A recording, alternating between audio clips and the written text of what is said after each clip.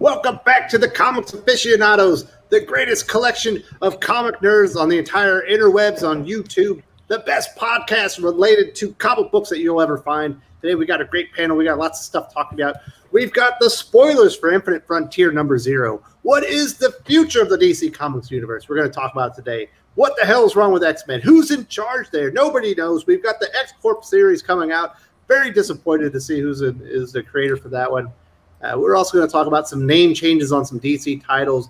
Radiant Black #1. What did you guys think? I was a little bit disappointed. Now, like I mentioned, I do have a wonderful panel. Returning from a little bit of an absence, we haven't seen him in a couple of weeks. Uel Carter from Berkeley, California. The heel Uel. He's about to shoot on the entire industry. How you doing? I don't know if I'm going to shoot on the entire industry. That'd take all day. I'm doing great, though. Thanks for having me on. Well, good morning, California.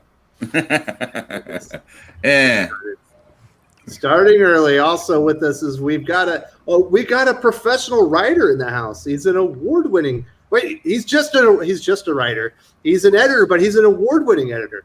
Joe Corallo, how you doing?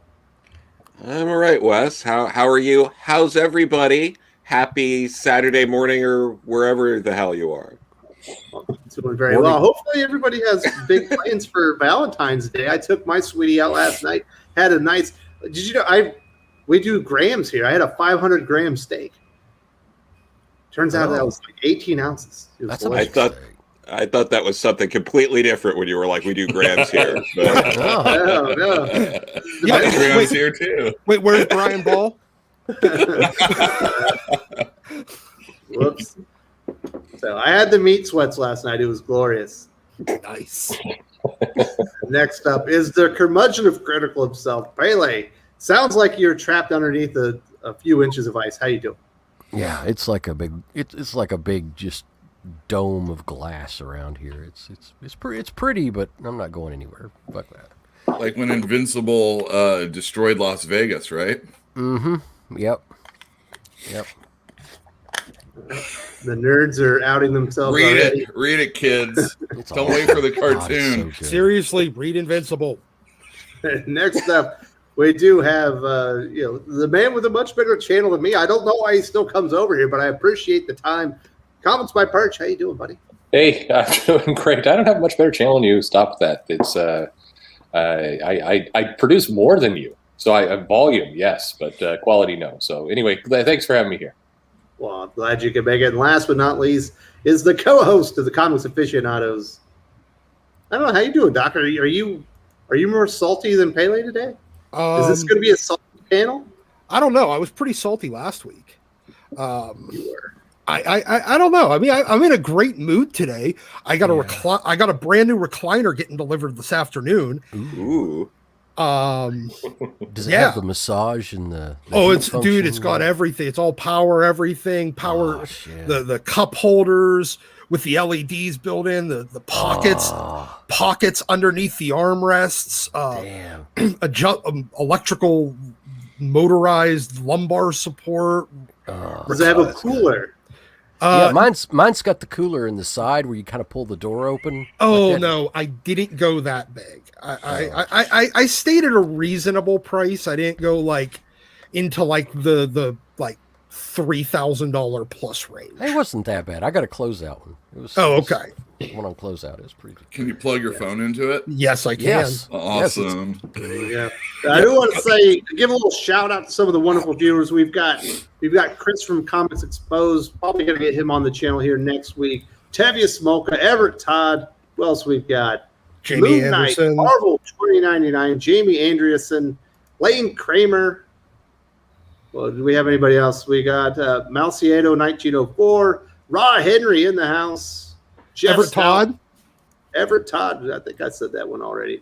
We got the Lawn Gnome. He liked Radiant Black. There we go. Manifesto, Chillmonger. Greg, great to see you. Eric Breen, get the hell out of here. Nobody wants to hear from you, sir. So we got some great people in here. Hopefully we'll have a packed house.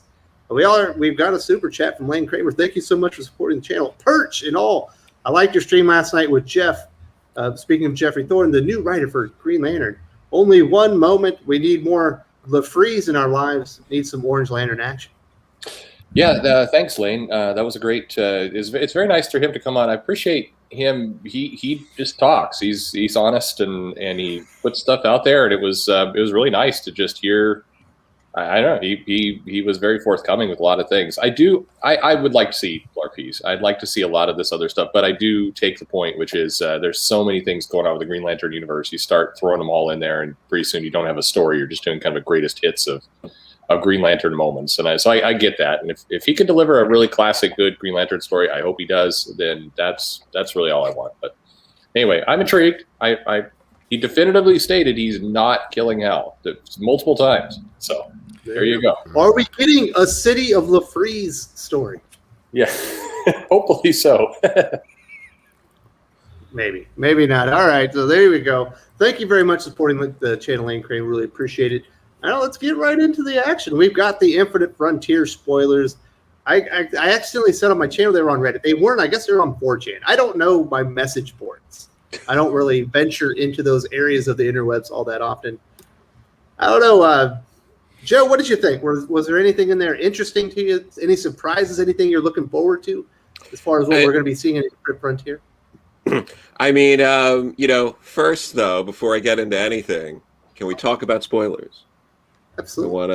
I want to ruin it for everybody. Oh, yeah. Okay, so We Kidding ruin a little- everything kidding a for little bit. everyone. Spoil that here. shit. kidding a little bit. So I don't know. In terms of the Wally stuff, if he's actually going to be, the Flash again, I'm looking forward to that, but I don't want to look forward to it too much because I don't know how long it's going to last. And I don't know if it's going to be one of those like cursed monkey paw things where it's like, he's the Flash again, but the Flash is evil. Like, I don't, I'm waiting to actually read it, but that's exciting news. Well, like they haven't done that before, Yeah. with the whole fucking. When is that? It was during the when he got merged with the Deathspeed or whatever his name is. Godspeed. No. It was back when Darkseid got killed. Oh. And the Flash got merged with. Anyway. All right, they you're haven't done losing. that. Like they haven't done that already. And we're also getting every Darkseid. I'm every Darkseid. It's all in me. We are seeing the Omega Darkseid. So getting back to the Flash, Perch, do you think that we're going to see this moving towards Wally West being taken over by famine, right? Yeah, for sure. I mean, I do think some of the information, some of the future state stuff is so far off it will never get there, or maybe it doesn't matter or anything else. But the Flash turning evil, we're absolutely going to get there. So that's where this is the rise and fall of Wally West, which I know we're all excited to see the rise and fall. Because we So, haven't yeah, already seen that.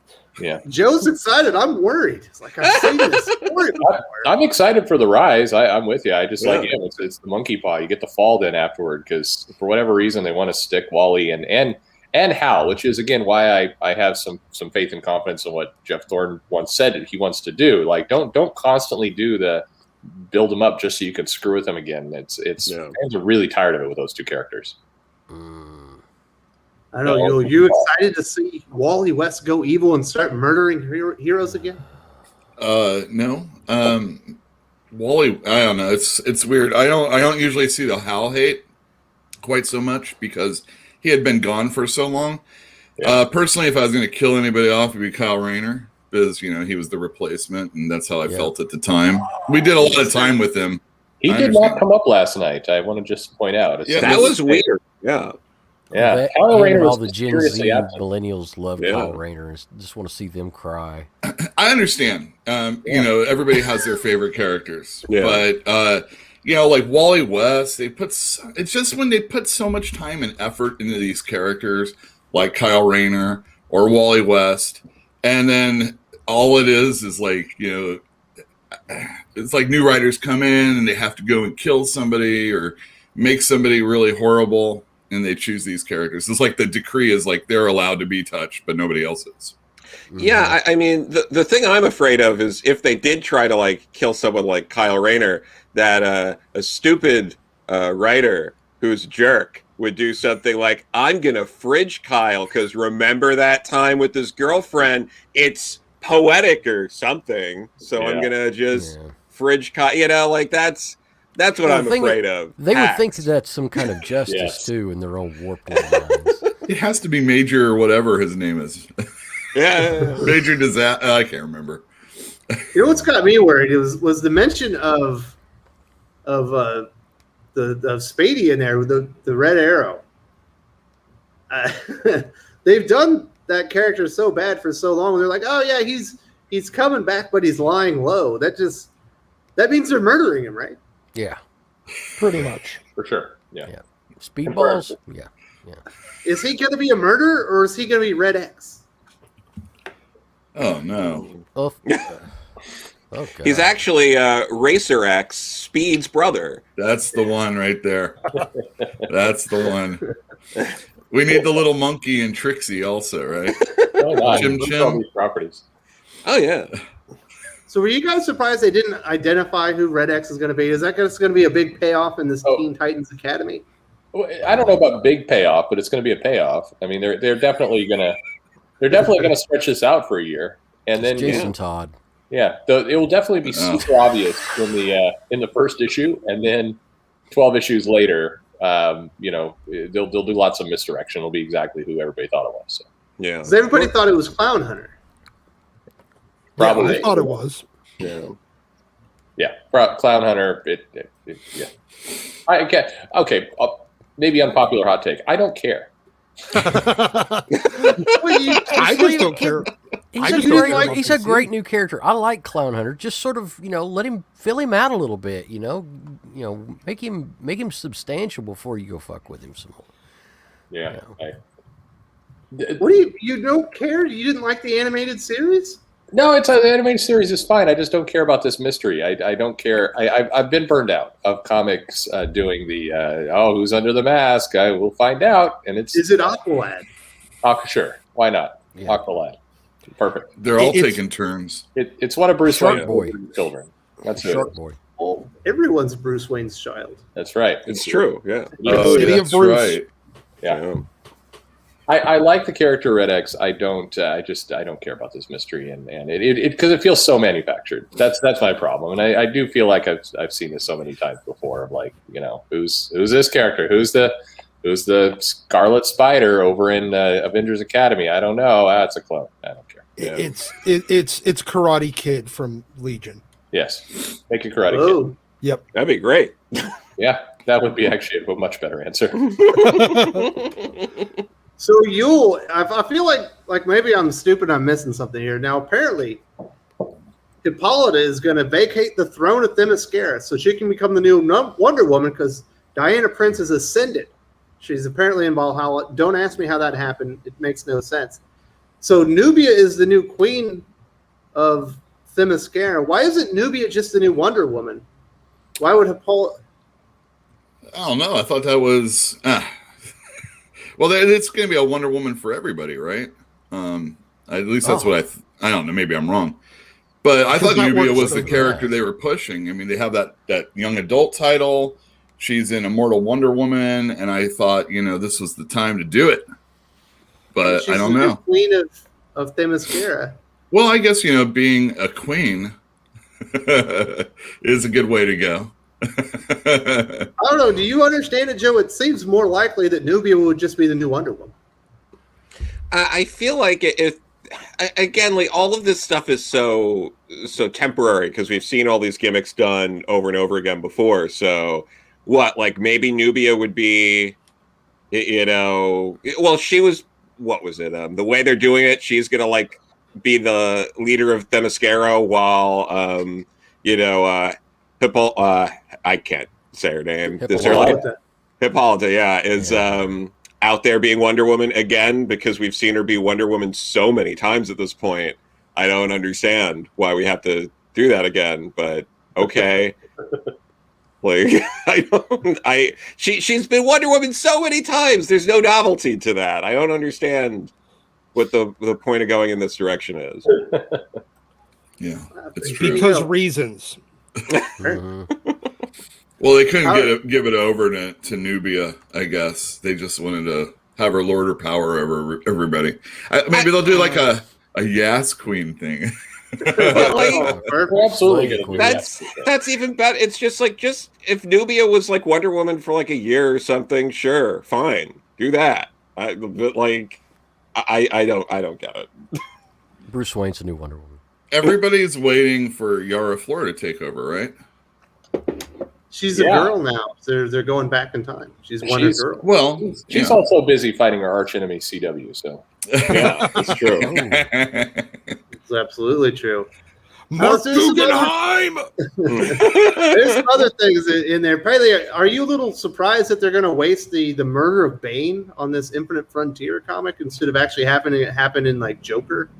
Yes. This is what the hell? This is I just don't understand their timing. I know they're trying to subvert expectations because that's what I think they're trying to get people to buy the comic because it's like $7. Well, also, if you remember, what was it, Infinite Crisis? They had a 0 issue or something like that where Blue Beetle gets killed. Yeah, I think this is an homage or something that they have to do all the time now on these things. Oh God! So make sure somebody gets shot in the head by Max Lord or something like that. Yeah, yeah. It's well, really... all I know is he's definitely for sure dead, and this isn't a trick, and he won't be back. So it's shocking. Sure, I believe that. Yeah, he's. Yeah. Yeah, right. I'm shocked. We're absolutely sure this is the death of Bane. They're a major character, just wasted. He'll never be back ever again. It's terrible. Yeah, and if you want the comic, you're gonna have to pay $7. And if you want to treasure it forever, you should probably send it down to CGC. With the slab that baby. Yeah. $50. In case you want to get in now before his next iteration, he's going to come back, but he's going to be looking more like She-Hulk. That's the old one. That's how this goes. Oh, it'll be a Yeah. girl Bane. Yeah, there you go. But a super sexy one that breaks the fourth wall. We're going to do that. We're going to do it in reverse. That would be. I'm okay with this. And she'll hang out with Harley Quinn. Oh no, Harley Quinn's legit now, so. Yeah. We won't get that from her anymore. Kinda legit. What if this turns into like a running gag where Damian just so happens to be there when Bane gets killed, and we just do a series of comics where Damian just is in the wrong place at the wrong time and just watches all these people get murdered? Yeah. That'd be fun. Let's do that. Yeah, it'd be like I didn't do it or something like that. Damian's gonna I didn't do it, boy. It wasn't me. That could be his new catchphrase. I didn't do it. Damian's gonna He's Bart Simpson. Yeah. And then, there's Bat Cow, so you can have Don't Have a Cow Man. It's great. Oh, God. Yes, it writes itself. The Bart Simpson. Chef's kiss, Joe. Chef's kiss. This is great. So when Disney inevitably buys AT&T in like 2 years, they can use those. Yes. I love it. It's great. No. What's going to happen is Damian's going to turn 18. He's going to hook up with Harley. He's going to move in with her, get syphilis. They both go crazy. And they both kill half of Gotham. And then he becomes the Batman who Damian's killing half of Gotham. And then they discover they're Bruce's children, and horrifying moment. Well, the problem here is now that Pele said that, there's all these people waiting to write fanfics who heard Damian 18. Ooh, I can get right on that. Start shipping. Yeah. There's going to be a flood of them next week. Just you wait. Well, yeah, the most lawful evil kind of straight-laced guy. Well, kind of straight-laced guy with absolute batshit crazy. Ooh. So it's of course they're a couple. They got to be. So I guess the biggest reveal in all these spoilers is that now we knew that there were going to be two Earths. That Earth Zero was no longer the center of the multiverse. That there were two focal points. One of them was going to be called Elseworld, and now we have Earth Omega. Sure. What are the chances? It has to. It's related to this new dark side, right? It's got to be. Yeah. Sure. It's interesting though because we've never really seen DC play with this idea of multiple Earths before. So it is. This is a new day. Yeah, that's right. If you're a new writer and you're coming in and you're like, I can't change Batman. Tynan's over here and he's going to block anybody getting on that book. I'm gonna want to probably do a 5-issue miniseries over in the Elseworlds universe before I want to touch anything in the regular universe. Probably. So my question then becomes: is Elseworld its own planet? So there's like it's like the what if planet, where there's like 38 different Bruce Waynes, and they're all. Oh, this is your city of Bruce then. Yes. That's right. Multiverse of Bruce. Yeah. Yep. Oh wow, everybody's Maybe Bruce. that's just a planet all itself. Matrix Revolutions. Yeah. He's got enough love to spread around. He can have multiverse. True. Love. Not That's what Batman. we're calling it now. Yes, it's Bat Love. Yeah. I don't know who's excited for this new Dark Side. Then he's every's Dark Side. Is it No, no one is. Every Dark Side. Why do you have to take something that's so How long's undeniably it- evil? How You long know, has and Darkseid make- been dead now? Who missed him? No, I'm glad they're doing this because the Snyder Cut's coming out. There's going to be a lot of focus on that. We're getting Darkseid for the first time, so it makes sense that the comic book Yeah. completely matches the Snyder Cut in that movie. It makes sense that people will watch that movie and be like, now I can go to the comics and get something that's exactly like the movie I just watched that really fits what I'm reading. So I'm really glad they're doing this Darkseid approach that is so in corporate synergy and alignment with that film. It makes sense. I mean, I know, I think I speak for everyone on the panel and in the chat, quite frankly, when I say 100%. I can't tell you how many times I threw a comic clear across the room being like, yeah, it's Darkseid, but it's not every Darkseid. Yeah. Mhm. Like, just constantly. And finally, someone at DC was like, people are hating this Darkseid. He's not every Darkseid. Yeah, I don't know what that means, but let's do something about it. Confusing. It's nonsense. everywhere. It's that, absolutely. I mean, yeah. I don't know, How what are big- the chances people make it through the first half of the new Justice League movie, though? You know it's 4 hours. That's their problem. They watched like marathons of Lord of the Rings. Holy shit. You are having Lord of the Fatal Rings J is on this. good. When Justice that League happens, is right? one of the It's biggest. still like 14 hours. Holy Lord of the balls. Rings is exceptional Yeah. replacement Talking about a for masterpiece. Ambien.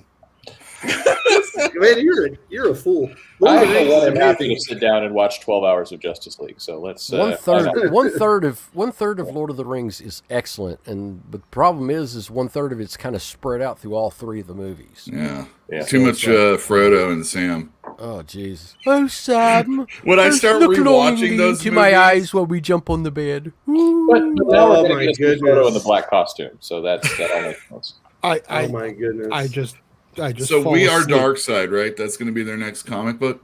We are We are Darkseid. Darkseid. Oh, that'd be awesome. I'd buy it. We are Darkseid. Well, it's more you are Darkseid. Oh, you are Darkseid. Yeah, All it's right, you are let's do it that Darkseid. way. Yeah. Now I'm just thinking of it as the "We Are the World" song.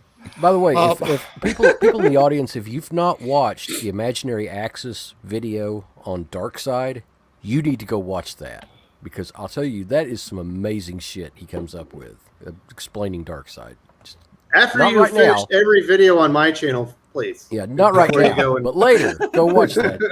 Yeah, and definitely go back and read some of that early Jack Kirby Fourth World stuff where like Darkseid's just like sitting in an office chair. Yeah. Pretty great. Beautiful. All right, Perch. So I got to ask you. Darkseid Corp. Yeah. Yeah, You're, Darkseid. you're the supposedly the smart one of the group, right? That's what people tell me. you're definitely wrong there. Yeah. that's what I'm told. What does it mean that he's every Darkseid now? Joe brought up an intriguing point because I must say I was flummoxed when I read it, but I didn't want to feel stupid.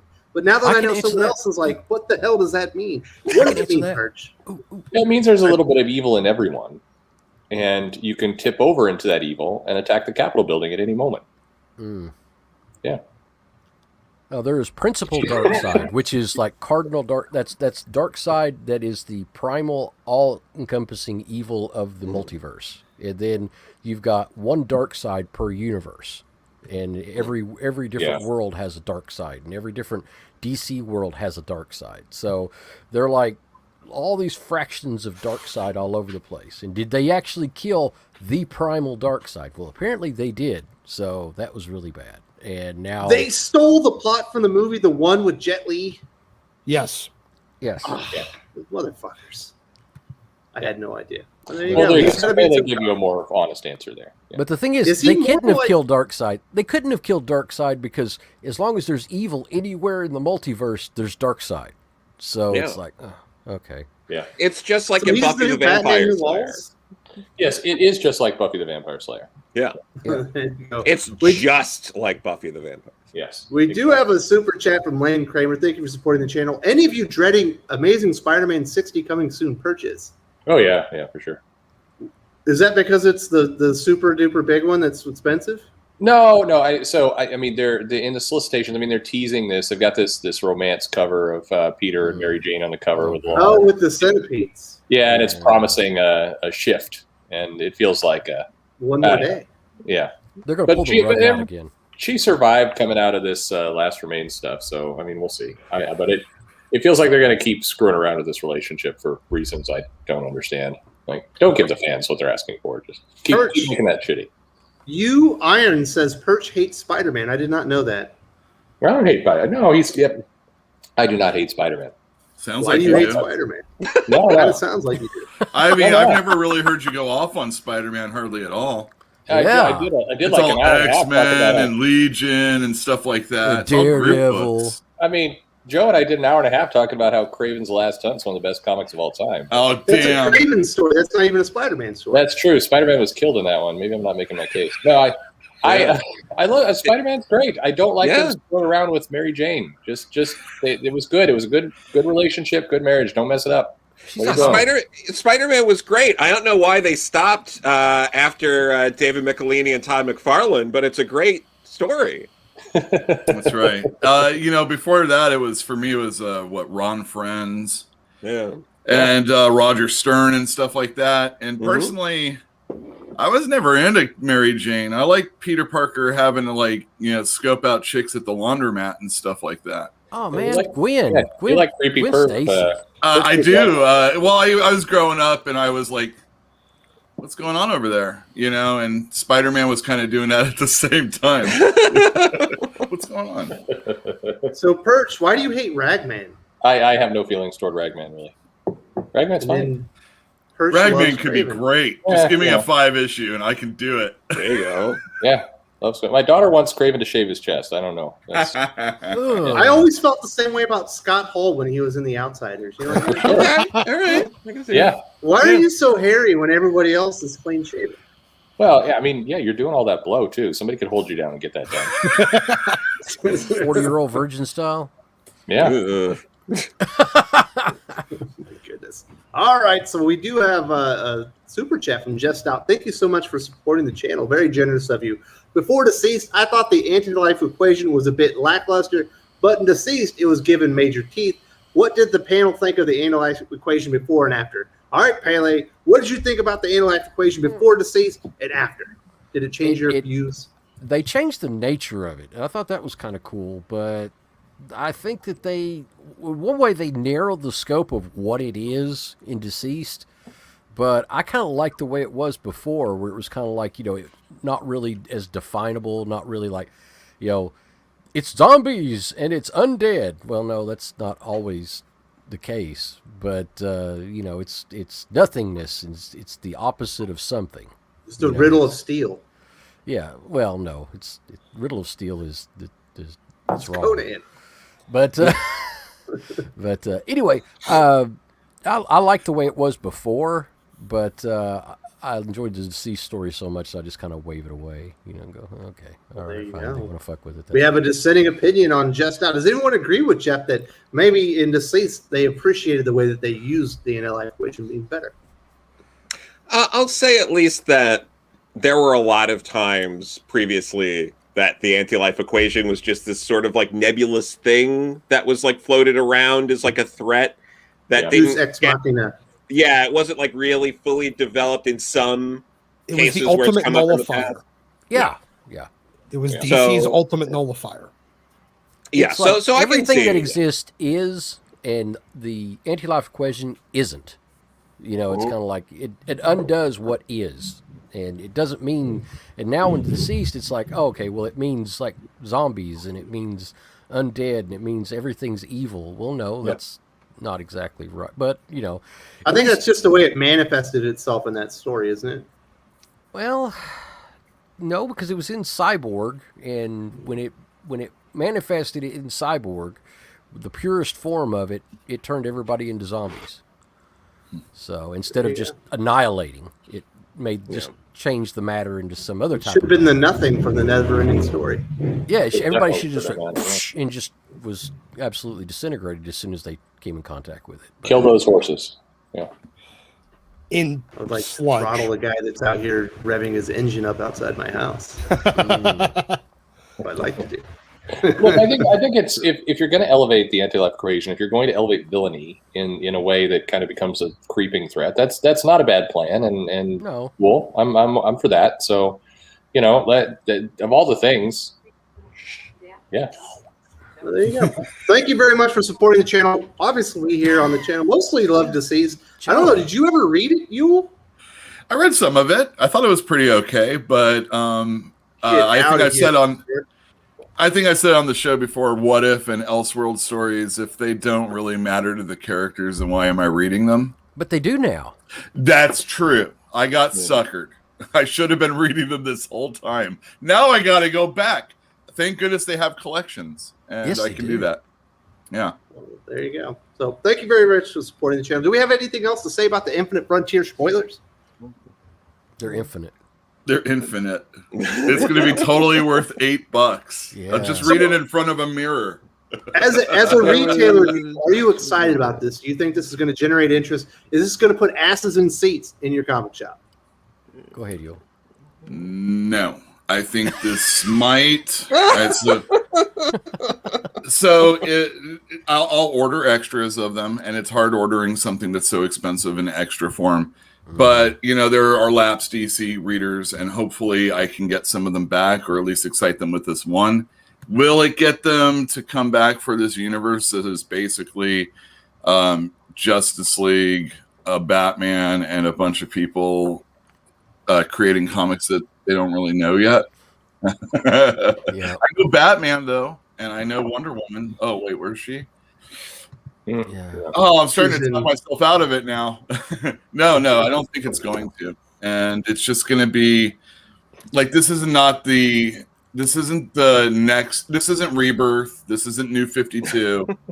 This is just like keeping on, is really what I think it is. It's a direction, though, for those of us that have stuck it out through Future State. It's a direction. That's the best thing you can say about it. No, that's a good thing. Yeah. Direction is good. Direction's better than going in a They're circle going or just somewhere. chasing their tails. Going somewhere, it is not what we've had from the big two for a while. So I'm up for going somewhere. Yeah, we're new sales. We're 3/4 Marvel now, so it's like DC's just slowly losing market share every month. So it's like, okay, all right. If it brings in just a few more people, that'd be good. Hey, remember like a year and a half ago where we said all DC has to do is not fuck up? Oh, wait. Ta-da!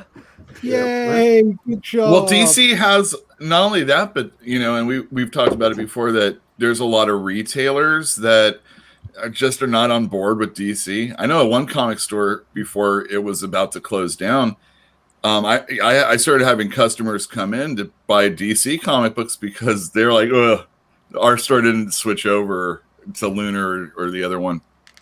And so I have seen an increase in DC shoppers in the store, but that was just because there was a void at another one. Other people have bitched about DC and still continue to do so. But like I said before the show, I've got my Lunar supply for next week. And I didn't have to pay $5 extra for that like I've been doing. My brother and I added up. To get your comic books from Diamond a day before Wednesday, you pay $5 a week. Yeah. And it's like, well, we've been doing that for like 10 years. That adds up after a while. And sometimes I don't get them on Tuesday. Can we like talk about just for a second how wonderful and awesome Lunar is? They're awesome. They only have to deal with one company also, though. God, they're amazing. I love it. I got Pele. 5 damaged books. We'll have the rest. We'll have the replacements there tomorrow. Mm-hmm. Pele, Holy dude, balls. check this out. I had a double box, 2 boxes in one, and it came in and it had this big old puncture mark on it, and I wasn't even worried. Was not even worried because I know that there's another box and there's a ton of bubble wrap, probably too much bubble wrap. Yep. But they've got bubble wrap for days in there, and my comics are protected, and I love it. I love it. Yep.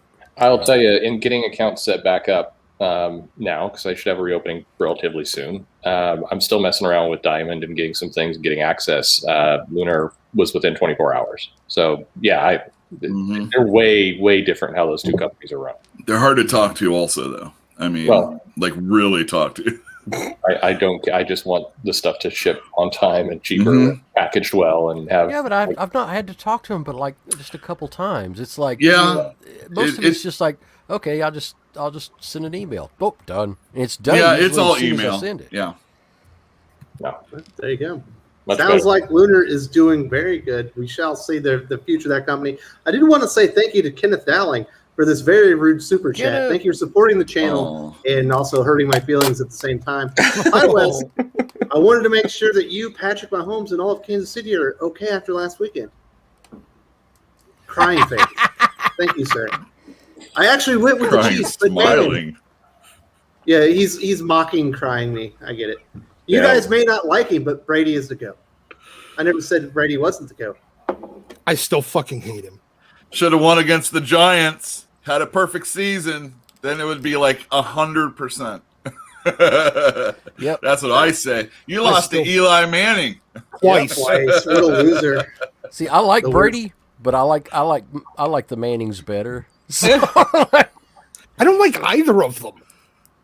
Oh There you go. man, I do a show where I it's think- all Tennessee stuff. So like Peyton's the Vols God, rock. let me tell you. God, I think They didn't the even win a Manning title with him, so the Manning family are a bunch of smug shitheads. we won 2 SEC titles with him. Wow. Dude, I'll say this about Pat Mahomes. And Brady's though. a cheating jack. This dude was parallel to the ground and he was flinging shit. It is 60 amazing. 60 yards. He had down a the- chance every single time on they those kept throws. dropping him. I know.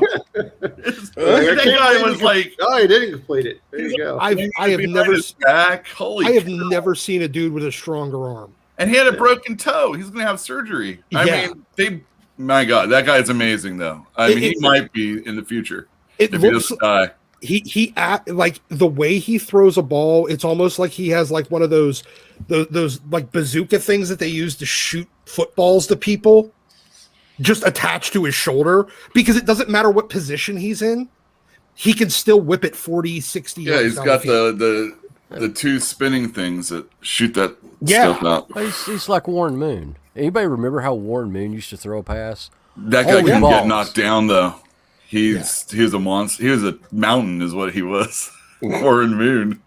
I think you're thinking of Steve McNair, sir. Greatest.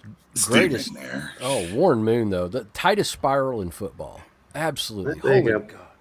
Amazing. Thank you for reminiscing, and I do want to say thank you for Kenneth Dowling for making me feel worse about myself and Oh, the yeah. results Thank of you, last Kenneth. weekend. But I do appreciate you supporting the channel. You're welcome back. Thank you. Can you make me feel worse about myself today? Maybe you could rub in the fact that Teeny Howard's writing the next x-corp book. Perhaps we go there, and let's transition to Now who's you running make X-Men. me feel bad. let's ruin Doc's day. Let's make him feel bad about himself. Good, because All right, Perch. I want to riddle you this. Who's running X-Men? Is it Jonathan Hickman? Is it Jordan White? Is it Teeny Howard and Leah Williams? I'm confused. It feels like nothing is cohesive anymore. It's us, the fans. No, I voted. You are I did X-Men. vote. I took pride. No, It's the democratic process. We're No, every I think- X-Man. yeah, I mean, I think. I mean, Jordan White, I think is probably in theory running the X-Men. I think Teeny Howard obviously has a very big say in it right now. I think Leah Williams. I mean, I think that Gary Duggan has some say. I mean, it's the group. There's a handful of names you see pop up a lot, and they are steering the ship a little bit. I think you see Hickman's name showing up less and less, and maybe it feels a little bit more like a Hollywood producer type role where he's credited on every comic, but we don't really hear a lot from him. And The showrunner. Technically, I guess I can't. Showrunners go into the room. Yeah. It is. He's like an executive producer. Yeah. Ooh. Yeah, I mean, for what it's worth, Excalibur is not the lowest selling X title, but it is down there. It does well for me, I'll say. It's Berkeley. the secondary. Well, here's the secondary books that sell well. X-Force and Excalibur. Those are the secondary ones that do well for me. It is Marauders is way low. It's the second best selling X title for me for girls like 12 to 18. I love the demographic breakdown there. 12 to 18, huh? Marauders is number one. If I have girls buying 12, they're 12 to 15, and they're buying superhero stuff, American stuff, I actually sell a lot of new Teen Titans to them. They're my favorite customers. Anybody that buys new Teen Titans. I think Gwenpool with X-Corp and this book in general, because I'm seeing the pretty predictable responses of, I don't know why people are ripping on this. They haven't even read it yet. Why would anybody rip on this? Well, I can explain that. You're promoting a book about the X-Men in a boardroom. What did you think was going to happen? Like, and additionally, look, I'll let everybody else get their say on it, but this book is pointless as long as Marauders exists. Mm-hmm. Yeah, I'm sure. It's a weird. I just, the creators have to understand that anytime you're putting out a book where the premise is you're going to get corporate antics of the X-Men, that's going to be a hard sell. You could put Chris Claremont, you could put Byrne, you could put anyone you want on that. People are going to look at it like, really? A corporate intrigue X-Men book? That's a hard sell. Now, I am absolutely hoping that when I pick up that book, I am shocked and have to go on the chat and say, oh my God, this is super entertaining. I can't believe they did all this. This is the book I've been waiting for. Absolutely, I would love to have that outcome, but the odds are really low. I mean, it's a corporate intrigue boardroom where the X-Men fight as tough in the boardroom as they do on the battlefield. That's not a hook. I was talking to Joe, I think, the day this press release came out, and it's like, this press release is very, who's this appealing to? Who's the new audience that they're going to bring in for this? So it's like you're making, in the nicest possible, you're making life really hard for yourself here, Marvel, if you're putting this book out. Yeah. Also, like no more X books until something with Moira happens. Like, yes, announce something about Moira, and then maybe it's been almost 2 years. Yes, we're coming on 2 years with nothing. She's still come on. She's still sitting on the bench she's still sitting on the park bench with Xavier. Well, they keep saying this is following up on this plot thread from the beginning that everybody cares about. No, the one everybody cares about is Moira. That's what everybody is for. And we all know the X-Men will end for the next writer to come in with Moira's death or the next life or whatever, and then there'll be a fresh start. Well, and there's all this will have been a waste. Well, there's one of two. Look, Hickman's had a one-up token in his pocket because we know this is her 10th life, and she will have 11. Now, the only question becomes, does he use the one-up token like they did in Ready Player One, where where everybody's dead and she restarts herself to do everything except for change one thing to ultimately win? Or does he wait until the end, kill her, and then leave a blank slate for the next writer? That's the only question. It'll be Mystique's doing, I think. What do you say? Well, I mean, it's got to be an ongoing series. So yes. Sorry. I didn't need to get in here. We do have a super chat from Darth Bobcat. That's a wonderful name. I like that. Thank you for supporting the channel. For Perch and Joe, leaving me out of this, I have terrible pitches. I want to hear your pitch for an MCU version of Kraven's Last Hunt in your dry, bad pitch style. Okay. All right. Do that. Yeah. We're Joe. I mean, we've done these a couple times, and I guess every time we're surprised people like them. Yeah. I don't get it. It's fine. I'm not complaining. But I guess if you do MCU Kraven's Last Hunt, I mean, it's gotta be Kraven's niece, right? Well, I mean, first off, you can't use Vermin because kids don't know who Vermin is. So, what if you had I don't know? Do you do another mouse thing, or what's Armadillo doing? Do we do Armadillo? Yeah, he's kind of funny. Or you have Armadillo's funny. Yeah. But you could be making fun of the company if you do a mouse. That's true. Yeah. I do like that. There was that Howard the Duck when he was a mouse. Maybe you could have put it in that time. There you go. Have it be an evil Howard the Duck. He's gone rabid down in the sewers. Oh, everybody's down for that. Yeah. Perfect. Yeah, absolutely. And then, Tom Holland's still in high school, so and isn't close to like being married. So maybe it's just like we got to spend like an hour of Tom Holland on like Zoom calls and texting MJ. Lots of just screens of text messages and emojis for like an hour. We really got to sell the fact that they're dating. Yes. Yeah. I want him in a mask, not just his mask, but also a mask on top of that mask the whole time. No. Topical, double mask. No. That's important. Stereo. And then he's got to like another one. And he's got to stop like a silly bad guy at some point to like set up that it's going to be a threat later. So maybe the kangaroo. The kangaroo. Oh, that's nice.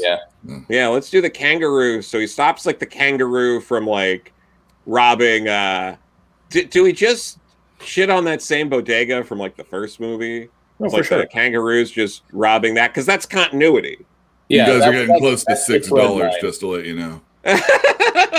It's a red line between the films, and you have Tom Holland constantly thinking like, should I call in Doctor Strange to help with this? But no, I need to solve this on my own. It's my own personal journey. That's right.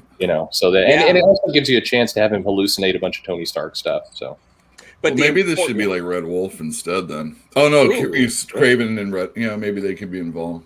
Yeah. The important thing. Spirit journey. Is that Doctor Strange saves him in the end anyway, and no one actually learns a lesson. That's true. Yes, and make Craven Scottish for no reason. Damn, just you know what? Too? You know what you do to boost sales while also saving some money because you're just paying in a state instead of an actor. You get the rights to use a CGI'd version of Sean Connery to be Craven. But Zardoz, Sean Connery. Yes. And then you get his diaper. and then you get Twitter mobs attacking you because of that interview Sean Connery did where he wanted to like smack Susan Sarandon in the mouth. Because even though he's dead, paying his estate is just as bad as paying him if he were alive today. And then, you get to be bogged down by all that. Yeah, you could get cancel CGI Connery. Yeah, Sean Connery is not. Connery. Sean Connery is not dead. I refuse to accept it. Yeah, I love it. It writes itself. Yeah, there it is. There you go, Darth Bobcat. Yeah, I think we nailed it. I think we got it. Yeah. Yeah, there you go. I knew it was going to go somewhere stupid, but I never could have thought it was going to go quite there. I didn't know you were going to say the kangaroo. You have not listened to our videos then, sir. Yeah. Where's Mole Man? I guess it was that character's too good for you guys. Oh, yeah. No, Mole Man's a classic. You got to relaunch a Fantastic Four with Mole Man. Yeah, we'll go another 2 hours, so you got to pull us out of this, Wes. Absolutely. Yeah. So, getting kind of back into the X-Men thing, I do want thank you to everyone who's been supporting the channel. Really appreciate it. So, I don't know. Have you lost hope yet, Perch? Have you lost hope in what the X-Men represent and what they could be under Jonathan Hickman? Because it feels like he's taken his hand off the wheel. I mean, unfortunately, look, I think Marvel for decades they always run a good thing into the ground, and I think they've found ways to do it quicker and quicker and be optimized in how fast they're able to do that. So, I mean, I guess this isn't a big surprise that this happened. When we were all making jokes that they had Hoxpox and then 6 titles spinning off of this, and I remember we were like, wow, 6 is a lot to just go right out the gate. That's will people be able to go for that? That was the monkey paw moment right there, because I think X-Corp is book number 13, I believe. It's either 13 or 14, and it is too much. Like it is. Forget about the creators, their personality, whatever you want to say there. It's just the volume is too much, and this line of if you don't like it all, you don't have to buy it. Yeah, sounds good, but it doesn't work that way, and everybody knows it doesn't work that way. It hasn't worked that way forever. It's a nice thing you say to say, no, we're not trying to take all your money, but absolutely they are. And it's just, it has the law of diminishing returns, which you see in the sales. A lot of the books are down now under 40,000, and that's not where you want it to be. So this isn't a good thing. I think, Corporate Boardroom is maybe a good mini series if you got a really good hook, I guess. I think a lot of people are misremembering that this really wasn't Grant Morrison's deal. That was not. It was Joe Casey's. Yeah, this was Joe Casey. I mean, it had for a second in Morrison's run. It was not a big part of his run. So all these people we're gonna tip into Morrison.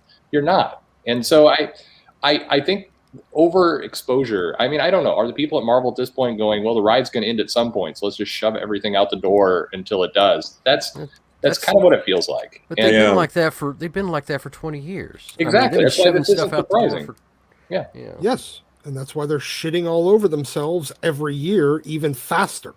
No, they figured out how to do this quicker. That's true. Yeah.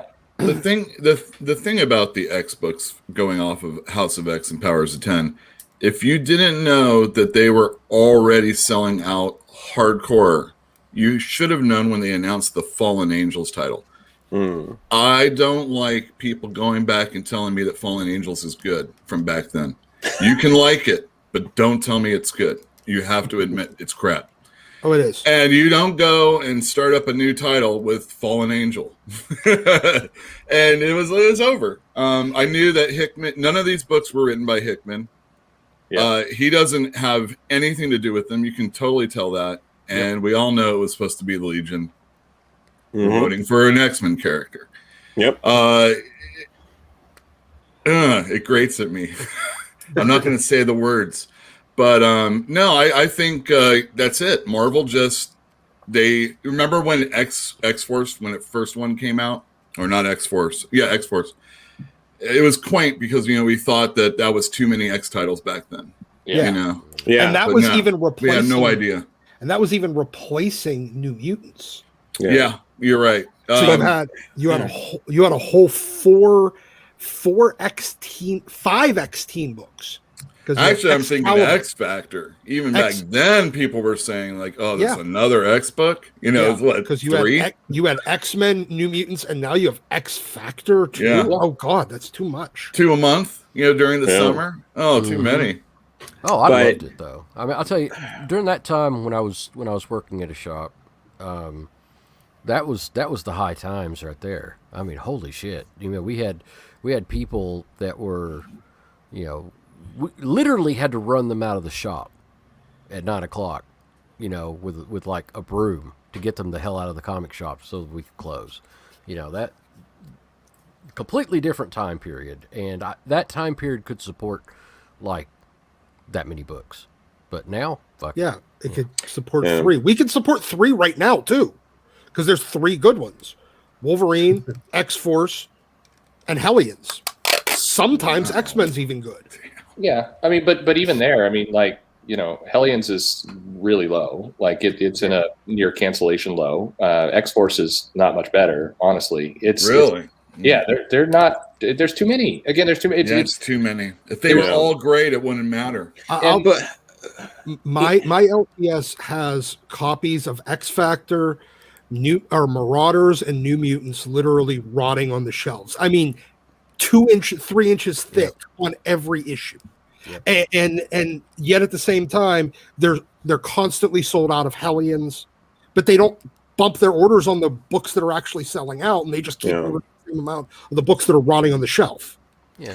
Yeah, and to go into that idea Fallen Angels just being a title name, it's like the title names, it just seems like there was no thought into this. It's like Marauders doesn't have Marauders in it, but Hellions does, but that's called Hellions. It's just like it's probably a copyright thing. I mean, I forget to think about that sometimes. Yeah. We have to renew this Fallen Angels, so we're going to lose the copyright. It hadn't been used in 35 years. Time's up. Better do it. Whatever that is. Interesting enough that you brought up Fallen Angels, Joe. One of the things that Brian Everett Hill's one of my favorite writers in comics. Don't see him around very much, unfortunately. But if you read Fallen Angels, it does not feel like a Brian Edward Hill narrative. Like there's something wrong with it. Like should have that been like the first indication that maybe this X-Men machine that they've created maybe wasn't going to be functioning correctly, because that doesn't feel like a Brian Edward Hill story. This is the way that it's laid out. Well, the whole line is groupthink. It's everyone working sort of together and bouncing off ideas. And in a lot of these interviews, you hear them say, like, oh, well, we talk about these books together and we try to line things up, and someone will have an idea that gets into my book, and then I'll have an idea that gets into their book. So that was definitely happening. I'm not sure how much of, and I can't speak for Brian Edward Hill, how much of his ideas got into other people's books, but certainly other people's ideas got into his. Yeah. It just seems that the whole X-Men thing isn't as focused, especially, being funneled through Hickman as much as as we were led to believe. Yeah. And I really felt that from the beginning, because it just seemed like there was too much stuff. And, and I'm trying to be a little silly by bringing up the name Fallen Angels, but, just some of their decisions are so odd that it just doesn't really feel that it's what we were, and then, like you said, bring me a Moira story, do that Mystique Destiny story, get something going on with this thing to let me know I should care. Yeah. So we got a super chat from Angel Smith. Thank you so much for supporting the channel. Really appreciate it. Hey guys, and I won't be able to help out in this one because I don't have Disney Plus. Hey guys, on the subject of mutants, what are your thoughts on the last 2 episodes of WandaVision? Enjoying the discussion and keeping on. Perch, I know you're a big WandaVision guy. What are your thoughts on the last 2 issues or episodes? What? I mean, I'm watching it. Yeah. I mean, there we go. That's more than me. Okay. I think I like I like the teases, but I do think it's teases. I don't think this is them kind of dipping a toe in the water, not going all in. I understand Feige's a big planner, but this is, this is going to stretch out a little bit of are they mutants? Are they not mutants? Is it what exactly is going on here? I think there's a lot of potential with what they're doing with Wanda. I think that part of the goal of this show is to make it appear a little bit like more is going on, because they know the comic fans are watching this going, oh, this means that, and that means this. And I don't think all that stuff, even half that stuff, is going to come true, but it's fun for them to play. I do, I give them a good nod. Somebody who's doing that show is, paying attention to the comics and digging in some continuity and putting those Easter eggs out there. I mean, I appreciate that. That's nice. I think, a big rumor now is that we're getting Reed Richards in this thing before it's all over. So we'll see. I really appreciate them. I appreciate all the Mephisto rumors, because I sold a first appearance of his for $4,000 this last month. You got to thank I knew it was going there. I mean, for me, as a Malcolm in the Middle fan, this last episode was really great. Oh yeah, that's exactly 100%. What it was. Who was in it? Was it no? It was just or? No, it was just the theme. Oh, that was the episode that they were doing. Gotcha. I don't know what Malcolm is. So. That was wonderful. I love that nod. Yeah. It's just a 90s. It was the 90s sitcom they modeled this. Do they have any They Might Be Giants music in that one? Malcolm started in 2000. It was 2000? It was the fall 99, early 2000 season. Well, see, I wasn't watching I was a freshman in college. I was a sophomore in college. No, they kind of skipped the 90s, but Malcolm has they skipped the 90s, but it was January 2000. So they just missed it, but it's but that was definitely what they modeled this after. Yeah, Malcolm in the Middle, for whatever reason, has always been characterized as a 90s show, even though it was produced later. I mean, maybe it's the feel of the show, or I don't know, but that I've liked the last 2, because the 80s and the 90s, seeing those represented there, have been pretty fun. Yeah. So well, it couldn't have been any worse than the first 3. Good God, it's like watching paint fucking dry. That's awful as shit I've ever seen. Cancel Disney Plus. God. Maybe they should. I don't know. Maybe they could have done like a Jackass episode. That'd be pretty funny. That may be what we're getting next. Yeah, who knows? Yeah. That's the speculation. What are we getting next? So we're going to be in the 2000-2010 era. What's the iconic show you've got? It's The Office. They're going to do The Office. No, it's got to be. What's the doctor show where they all bang each other? Scrubs. No, Grey's Anatomy. You're thinking ER, but no, it's. No, you're thinking Grey's Anatomy. Grey's It's gotta Anatomy, be a- but they're it's gotta be a sitcoms. family, They don't do serious Yeah, it's got to be stuff. sitcom. So it has to be. It's The Office or Friends, or it's got to be something like that. Yeah, it's The Office or Scrubs or something Big like Bang that. Theory for the 2010s. Frasier. Maybe We're Frasier. off the 90s. I think You The know. Office is like the 2010s. But they Big Bang already Theory. set up Vision working in that office. Yeah.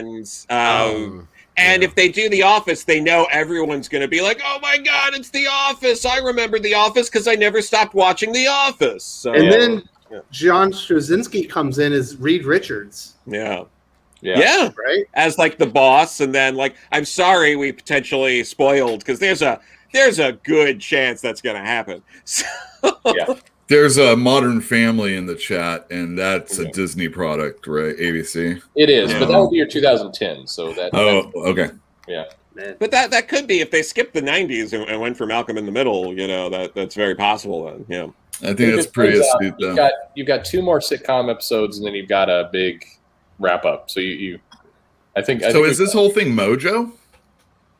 Oh God! Don't insert that. Oh, that would no. God damn it, Uel. I saw people talking about it, but without having watched one episode, that was exactly what I was thinking. No, right off the bat. If they put Mojo in there, then fuck me. I'm sorry. No. I just want to say thank you very much to Angel Smith for the topic and supporting the channel. You got the great debate going. Let's talk more about the Fall of X. Is that what we're in? Wait, we're in Reign of X now, right? Yeah, well, Fall of X is coming. We're technically in Fall of X. How many events are we getting in Reign of X? Well, we're getting the Hellfire Gala, and then the big, at least we're getting likely Inferno 2. Hopefully, with more tie-ins than the original Inferno. Yes, that's right. Yeah, They have a separate omnibus so that you can get all the extra junk. Yeah, they're re-releasing it combined as one gigantic tome. All right, April. so don't buy one of God, those. does it come No, with a fork it's too truck? many.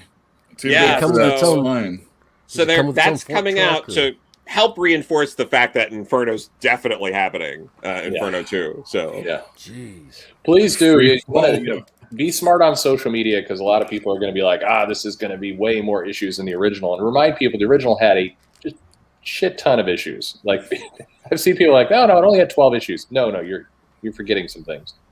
yeah, it tied into everything. Yeah, Everything. It even derailed McFarlane Spider-Man for at least an issue or two. It was right? out of control. Like 2.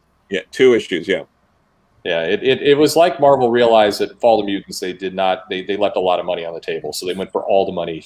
Let's get it back. Maybe that's the line of demarcation, like when Marvel is like, finally, they're like, F it, we're going for it. A lot of people say Secret Wars, which is like the first, but it never really felt like you had to read any of that other stuff. It was just a mini series. Yeah, no, Secret Wars was not offensive in Very tiny. It's so, again, another quaint thing, looking at that and saying, oh my God, this is like horrible, like old timers did back then. Yeah. But it started things. Yeah. It got the ball rolling. I don't think Inferno, though, I feel like 10 years ago, maybe, and even like less than that, that was not an event that was in like good favor with a lot of people. A lot of people were like, that was not great. And now, like, suddenly in like the last year, I think with the crop of people involved in the X titles now, it's like, oh man, Inferno, I love Inferno. And it's like, what the hell happened? Well, Yeah. they read it. that's not one of the solid, but that's not one of the solid events. I mean, it's not bad. Don't get me wrong; it's better than a lot of other. But Fall of the Mutants was way better. Mutant Massacre, many of these other titles. Inferno is not the one to hold up. No. But I mean, if you're super into Dungeons and Dragons and tarot decks, then I'm sure Inferno really appeals to you. Hey, It was. I wonder if we have somebody like that in that office. Oh, Well- yeah. Inferno would have been better if Mr. Sinister was very silly. Yeah, Yes. making jokes. And if he about was it, for cape- sure. Yeah. Yeah, We it just makes also with Inferno, we never really got to dive into who are the people who owned those buildings and what kind of business were they doing in those buildings. Now we'll get to find out. And what about that X-corp guy? needs to take him to task and then buy that property. Yeah, And whatever happened to that guy that got eaten by the mailbox? That's what I want to know. 6-issue series right there. Yep. wow, I do want to just say, 6? hold up, guys. I want to say thank you very much to Kenneth Dowling for supporting the channel. I'm going to read this as facetiously as possible because I hope you're not actually apologizing to me. Wes, I apologize for my last comment. Was joking, but it was unsportsmanlike. Loser. Mahomes ran for 500 yards as he was being tackled the entire game. Tripped and threw the ball 30 yards. He's a champ. Chiefs will come back. You too, Doc. Sorry. Don't apologize to Doc. He's an idiot. Don't ever apologize to me, especially for something like sports. But thank you for supporting the channel. I'm glad you enjoyed the Super Bowl and watching my team get their ass kicked. And they will be next. They will be back next year, bigger and better than ever. Hopefully, very much so. But if they're going to play Brady again. If you ain't shit talking when you're talking sports, you're doing it wrong. Correct. That's right. I was in the military for 20 years. I've experienced a lot of jostling. Let's just put it that way. But thank you for supporting the channel. Yeah, but this is the reason jocularity is actually acceptable. Jocularity, don't you ever speak like that on the channel again, Pele. Sounds dirty. But back on the issue of who's running the X-Men, it's just simply, it's obviously not Hickman.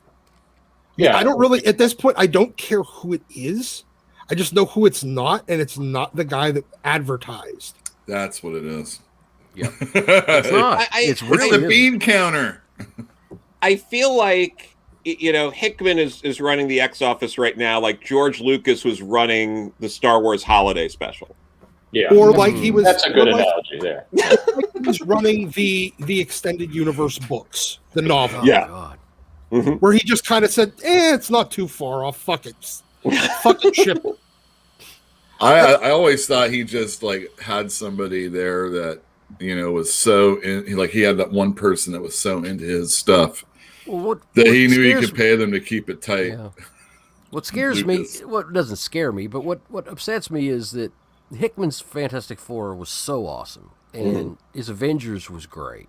And now they've just burned all of Hickman's cachet. I mean, just set fire to it. Yeah, I don't know if I totally agree with that. It's just, in my opinion, they have, and it's just didn't do it. Well, if he went on to something else, let's just say something you hadn't read that you really enjoyed at one time, and he was going to be diverse, like you knew he wasn't going to have like, you know, a crap ton of spin-offs as a result. You might feel differently about him, but I don't trust them to say they're not going to have a lot of spin-offs. I would probably steer clear of Marvel. Yeah, I mean, look, if they said Jonathan Hickman is moving over to DC and is going to take over Legion and we're going to get a 5-year run out of it, I'd be happy. Yeah, but or Justice League. Or, if they say he's running an office, you run like hell the other direction. Well, maybe so. I mean, well, no, if he... No, you do. It depends on who he puts in that office. That's all. Well, but look, because you can't trust his talent evaluation because a lot of the people that he picked that are in that office right now were still his selections. Dude, I have no idea of any of that for real. I mean, I just feel like it's all been corporate speak from the beginning. You know, just to very correct here. Yeah, it's like the way I look at it is he's incredible. He has great talent, not incredible, but he has great talent. He just has no eye for talent. And the people that he keeps around him are the people that just fluff up his ego, from what I can tell. Well, I mean, you know, you don't want someone better than you to go on after you, David Letterman. You know.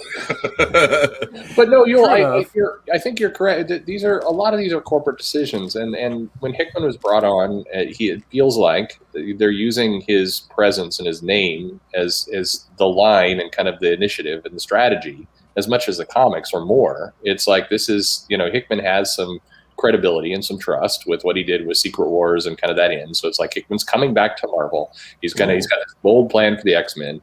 He laid it out in Huck's box. That was his big, you know, kick off. And then followed up with none of it. And then he fumbled the ball. And then here's his all, you know, here's the books he's curating, all that. But you know, you notice, you look at these interviews when they have you know, the X-Men writers in one panel. I mean, Hickman's not there. They're talking about the day-to-day. This is all public. They say this kind of stuff. You don't hear them say things like, yeah, and then Hickman steered it this way, and Hickman threw out this concept, and we riffed on it. You don't hear his name really come up at all.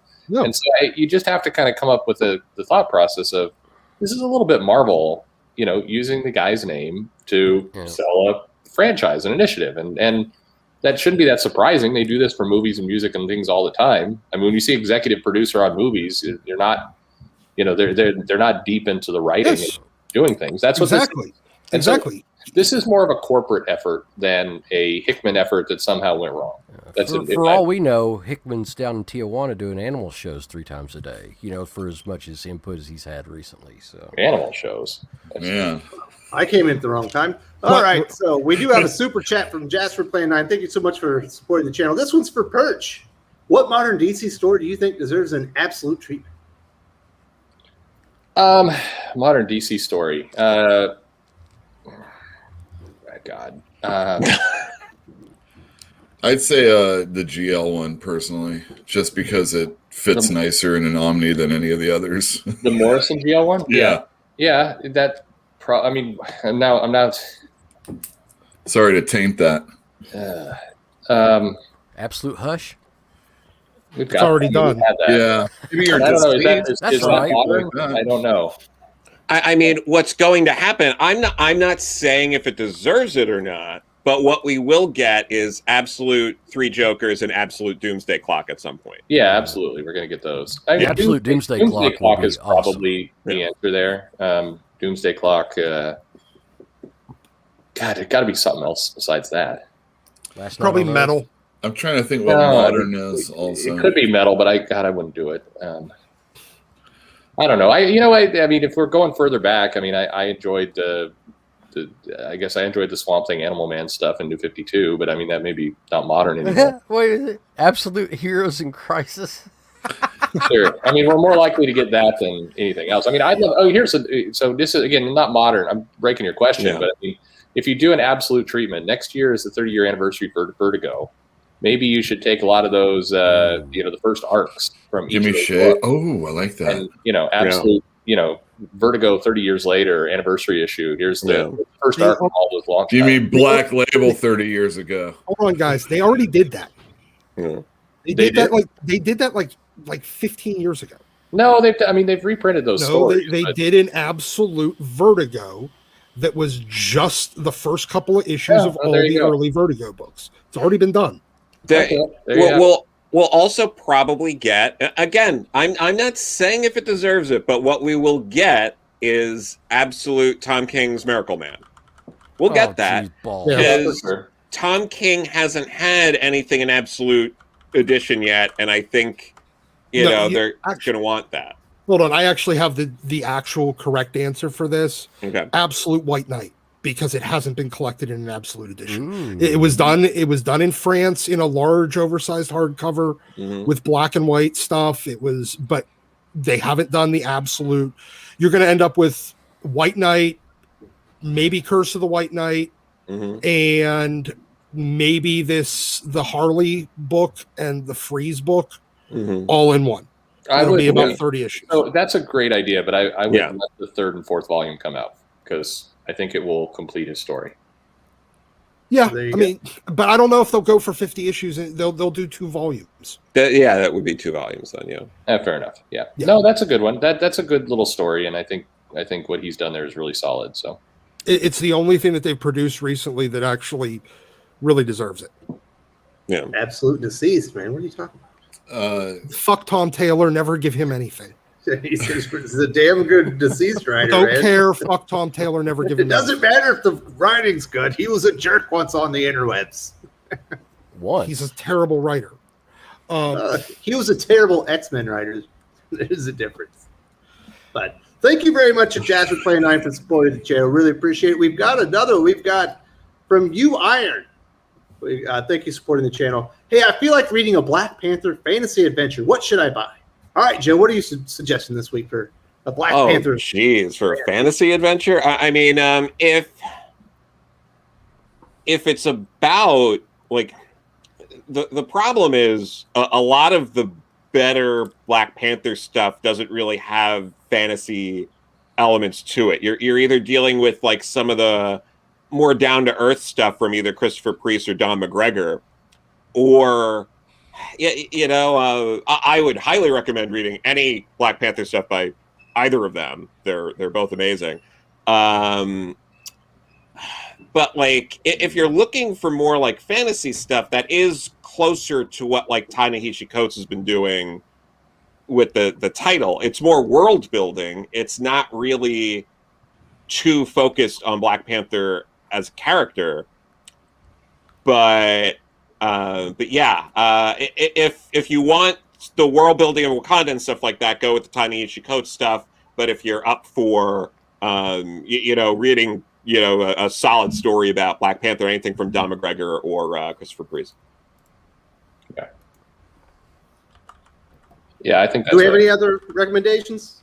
Well, if you just want a good story that's Black Panther related, after Katrina, he and a whole bunch of other black superheroes went to New Orleans, and they had an adventure down there, and that was a really fun story. That was, I think that was the Hudlin issues. Not everybody loves all those. Yeah. Oh man, you know what else? Jerome Dickey died. Did you know that? That's the guy who wrote the Storm miniseries. Uh-huh. And when she like meets Black Panther when she was a kid and all that stuff. I don't know, just tying that in for Black Panther stuff. But yeah, someone said Doomore. That also is really good. I liked it. There you go. Thank you so much for supporting the channel, I really appreciate it. Hopefully you got some recommendations there. But I think we've talked enough about the X-Men. Let's talk about some of these graphic novel sales. And obviously, we'll throw this one to Uel, since your comic shop isn't as much in the periodics, you're more into the graphic novel sales. Are you seeing this, like the trend that we're seeing where all the top 20 adult graphic novel sales are 19 manga and like one George Takei graphic novel? And it feels like manga and the YA Scholastic stuff is kind of taking over as far as the future of comic books. All right, so when I had my larger store, I was definitely seeing an increase in manga sales, and I was trying to work towards it also. Now I'm in a smaller place, and I'm actually selling more periodic, individual issues. But my goal is to only have the classics or something I really, really care in the front part of the store where everybody can see it. And I'm starting to expand towards manga because I have school next to me. And, a younger, for kids, not a college. I have a college also nearby, but I have an elementary school. And there's been a lot of people coming in asking for manga. And I've been getting it for a bunch of people, just on orders. But I think it's about time that I pull the trigger hardcore on it. At least, as soon as school sets in, I have to have it, is really what I'm thinking. Yeah. And I don't need the new, I sold out of the new Joker War hardcover, and I'll get some of that stuff. But again, these are things I know and things I believe in, but I don't need the 8th volume of Aquaman, regardless of who's, doing it, because people always feel the need to get all of them in between. And I'm not stocking that crap anymore. I'm just not. Yeah. I'll have Watchmen. I'll have Dark Knights. I'll have all 3 Dark Knight Miller ones. Yep. I'll have, your classics and some things I really care about. Oh, it's a Marshall Rogers Batman. All right, I'm okay. I'll have the X-Men. I'll have the epics that Marvel puts out. I'll even get the small digest ones that they're going to be putting out.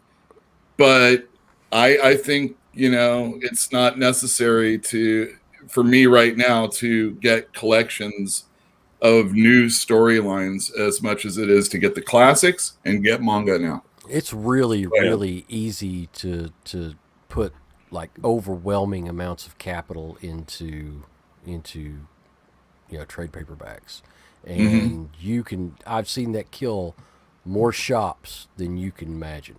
They'll just have like these massive sections of trade paperbacks and omnibuses and everything like that, and it's just like you've got like $70,000 in inventory right here. What were you thinking? Oh, well, we sell a lot of it, and it's like you sell $10,000 of it every 6 months. You got to feed the beast sometimes, depending on where you are. I was like downtown, and to keep that rent, you have to have a lot of material every week for people to come in and purchase. And you don't know what's going to happen to those people. I also sold more collections during the summer when the students were gone. So you kind of know what you hopefully you have an idea, but man, you can get stuck with a bunch of books real easy. It's too easy. Yeah. I mean, what was it?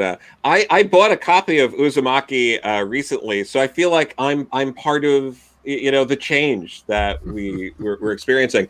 But yeah, I mean, I've been picking up some more epic collections, and I've always loved the omnibuses, but like the modern stuff, I mean, too much of what Marvel in particular does is it's like you get like a super thin trade with like 4 issues that's like $16.99, and I'm like, it looks so flimsy and bad on the shelf. I'd rather just have the floppies at that point. Unless it's like a nice collection, I'm just going to stick to the floppies. So why would I get that? Yep. When they put when they have those thin ones and then they finally make like a complete edition, I just call it, oh, they finally made a good one. But like yeah, exactly. I mean, sometimes they're so thin and the printing isn't high enough quality that like a bit of the logo goes into like the back of the cover, and you see that all the time, and it's like, why bother? Yeah, I mean, typically I just wait until somebody sells off their trade paperback collections, because it happens a lot, and then I can give them like 10 cents on the dollar for their trades. Yeah. And I get tons of them that way, so it's like, well, why bother? Yeah. So we did hear from Funny. I think it's Funny Business. He's a long time viewer of the channel. Yeah, Funny Business. He owns a comic shop. I think he's not selling DC comics anymore, and he says, he's about to pull the trigger on manga as well. Now, Perch, we've talked about a lot here on the channel. It's mostly in the bookstore channels. You're about to open up a comic shop. Are you going to start pulling the trigger on the titles that are moving the needle over in the bookstore channel? Are you going to try and incorporate that into your like direct market comic book shop? Yeah, for sure. I mean, especially in my market, you got a very huge interest in manga. YA is tougher of a beast, I think, because it's a bit of a misnomer, because there's a lot of YA content out there, and a lot of it doesn't sell particularly well. But the ones that do, the top is selling huge numbers. So it's kind of this like iceberg-like approach. There's a few they're doing really well. Yeah, they stopped selling DC, Funny Business. But there's a lot that doesn't. So I think that's more of a crapshoot. But I mean, a part of the shop I'm opening up will do art lessons for kids. So we've already kind of pulled it and seen what kids are interested in. 8 out of 10 want to draw manga characters up here, and then they want the standard ones, the Batman, Spider-Man, but they want to draw My Hero Academia. They want to draw Luffy. They want to draw Naruto. They want to draw that kind of stuff. That's what they're wanting to do. And the indicator, and I think what the industry really should be worried about is at one time, kids would get into whatever they're getting into. And then typically they grow older, and that it would splinter. They'd go to DC or Marvel or whatever it happens to be. And now we're seeing the kids grow older and not all, but heavily steer into manga. That's where the kids are growing up into, and should be huge alarm bells for the for the Western comic industry, because that's setting a generation up. You've got to figure out a way to steal them back, which is way harder than just taking them when they're ready. And so it's tricky, but absolutely, my manga is going to be heavily dominant in my shop. It's got to be. I mean, Oh no, I was going to say, Demon Slayer was making a point on the previous comment. Any comic book shop would want to.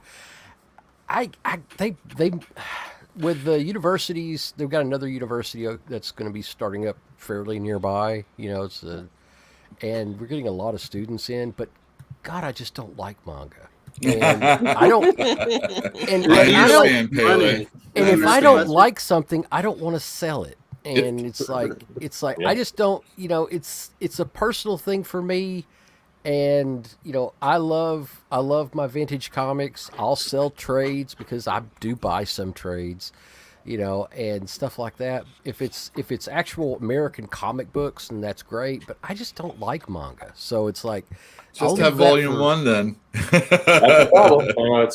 It is tough, and people shouldn't undersell it. If you're a retailer and you're selling anything, you got to have at least some appreciation for the product you're selling, right? Or it's a drag very quickly, and people can tell in your business. And I don't want to learn about all the manga characters and the manga terms and all that kind of stuff, because I know that's what I'm going to be asked. Like, oh, do you have the first appearance of Mishishido Doturi or whatever, And it's like, I don't give a shit about any of that.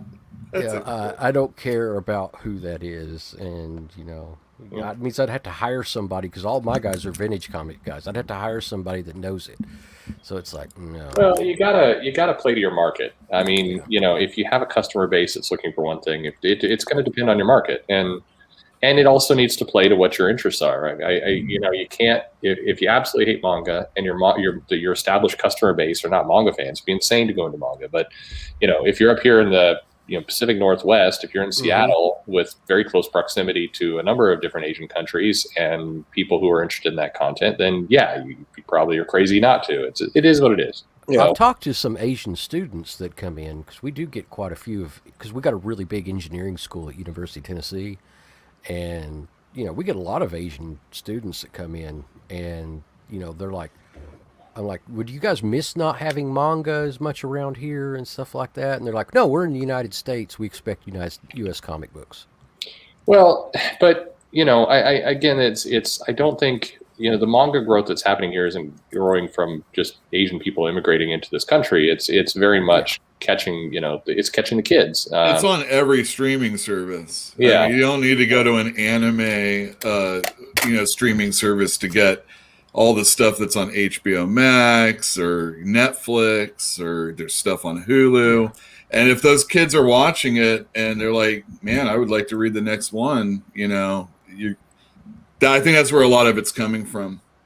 Personally, I mean, the growth, because there's when I was working at a store in the 2000s, all the way back then, or the early 2000s, we were selling a lot of manga. It was like Ranma 1/2 and Mason Ikuku and Lone Wolf and Cub was coming out in those really small, thick volumes. And there was stuff like that, and it was like, oh my god, I would really love to get some of that old stuff that wasn't.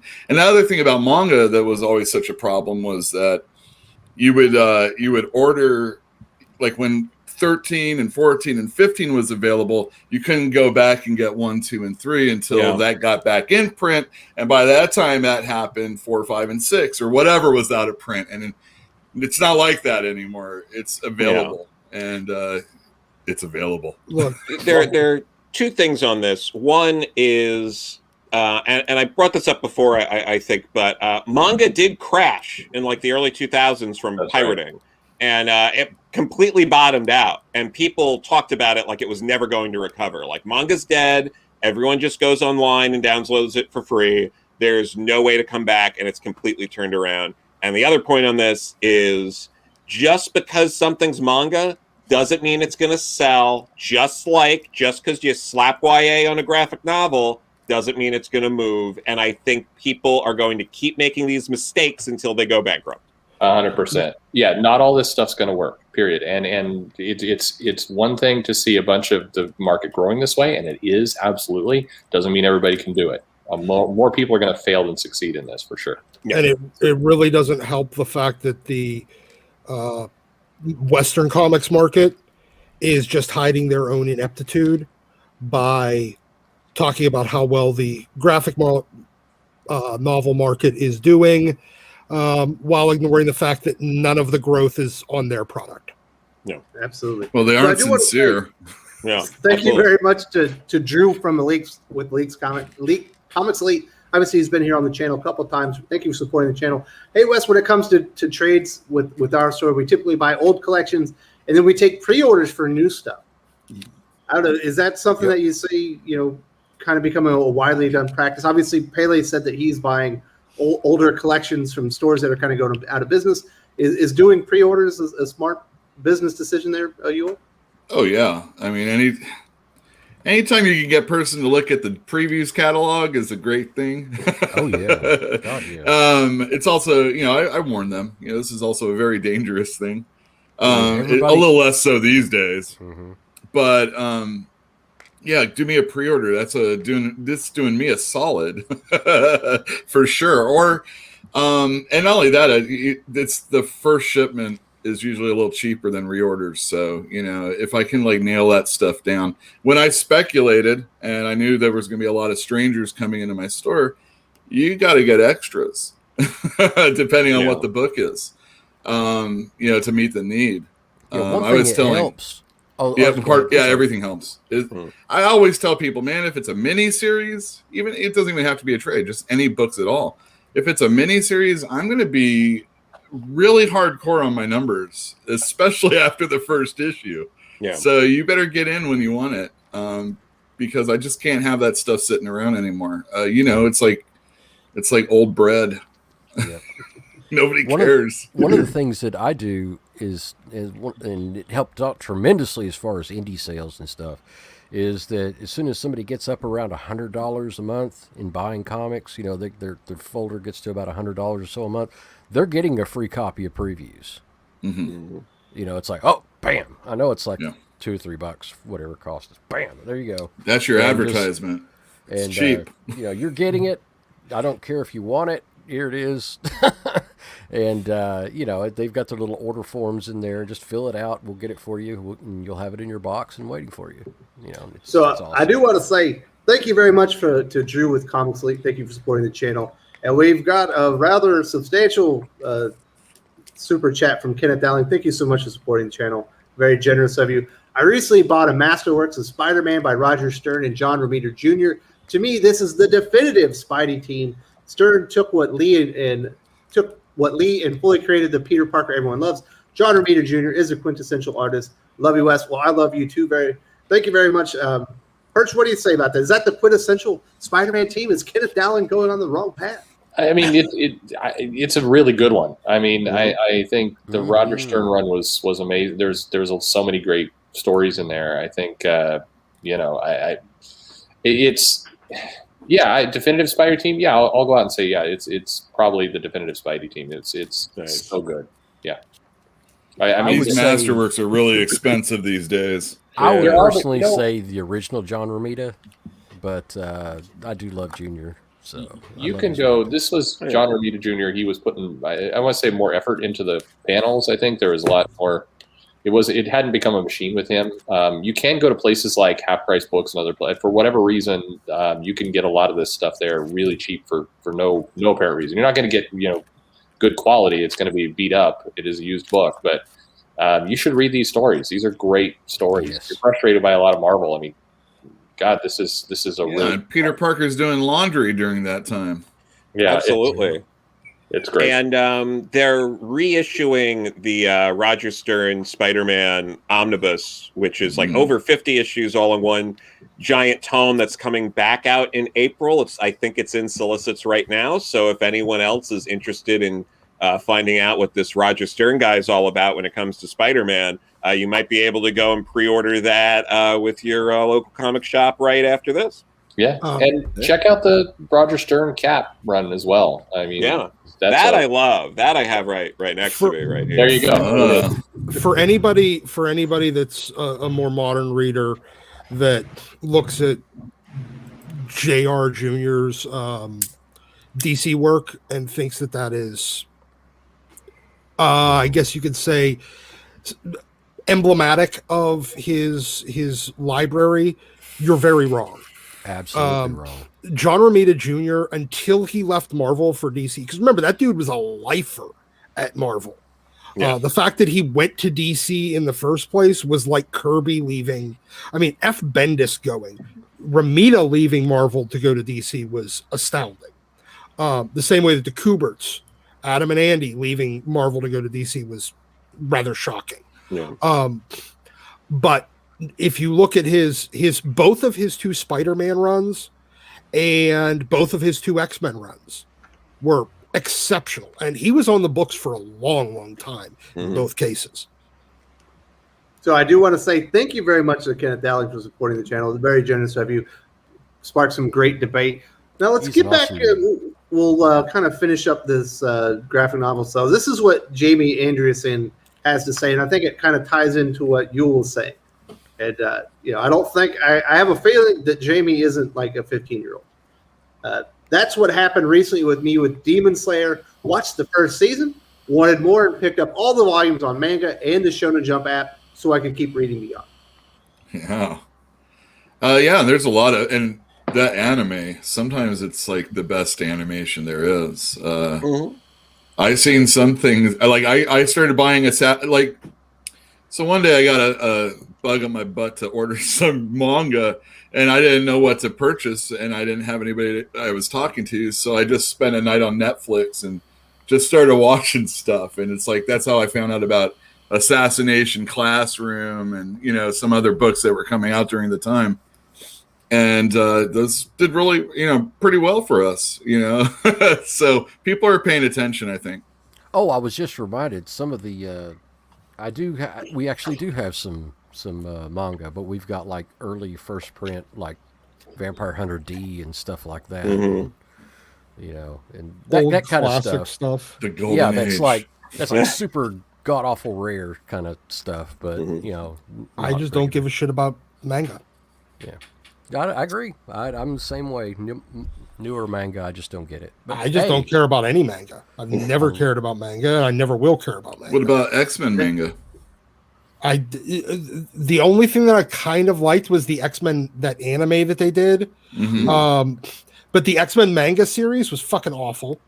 The one that they did in the mid-late 90s. No, it was terrible. The Spidey manga was okay-ish.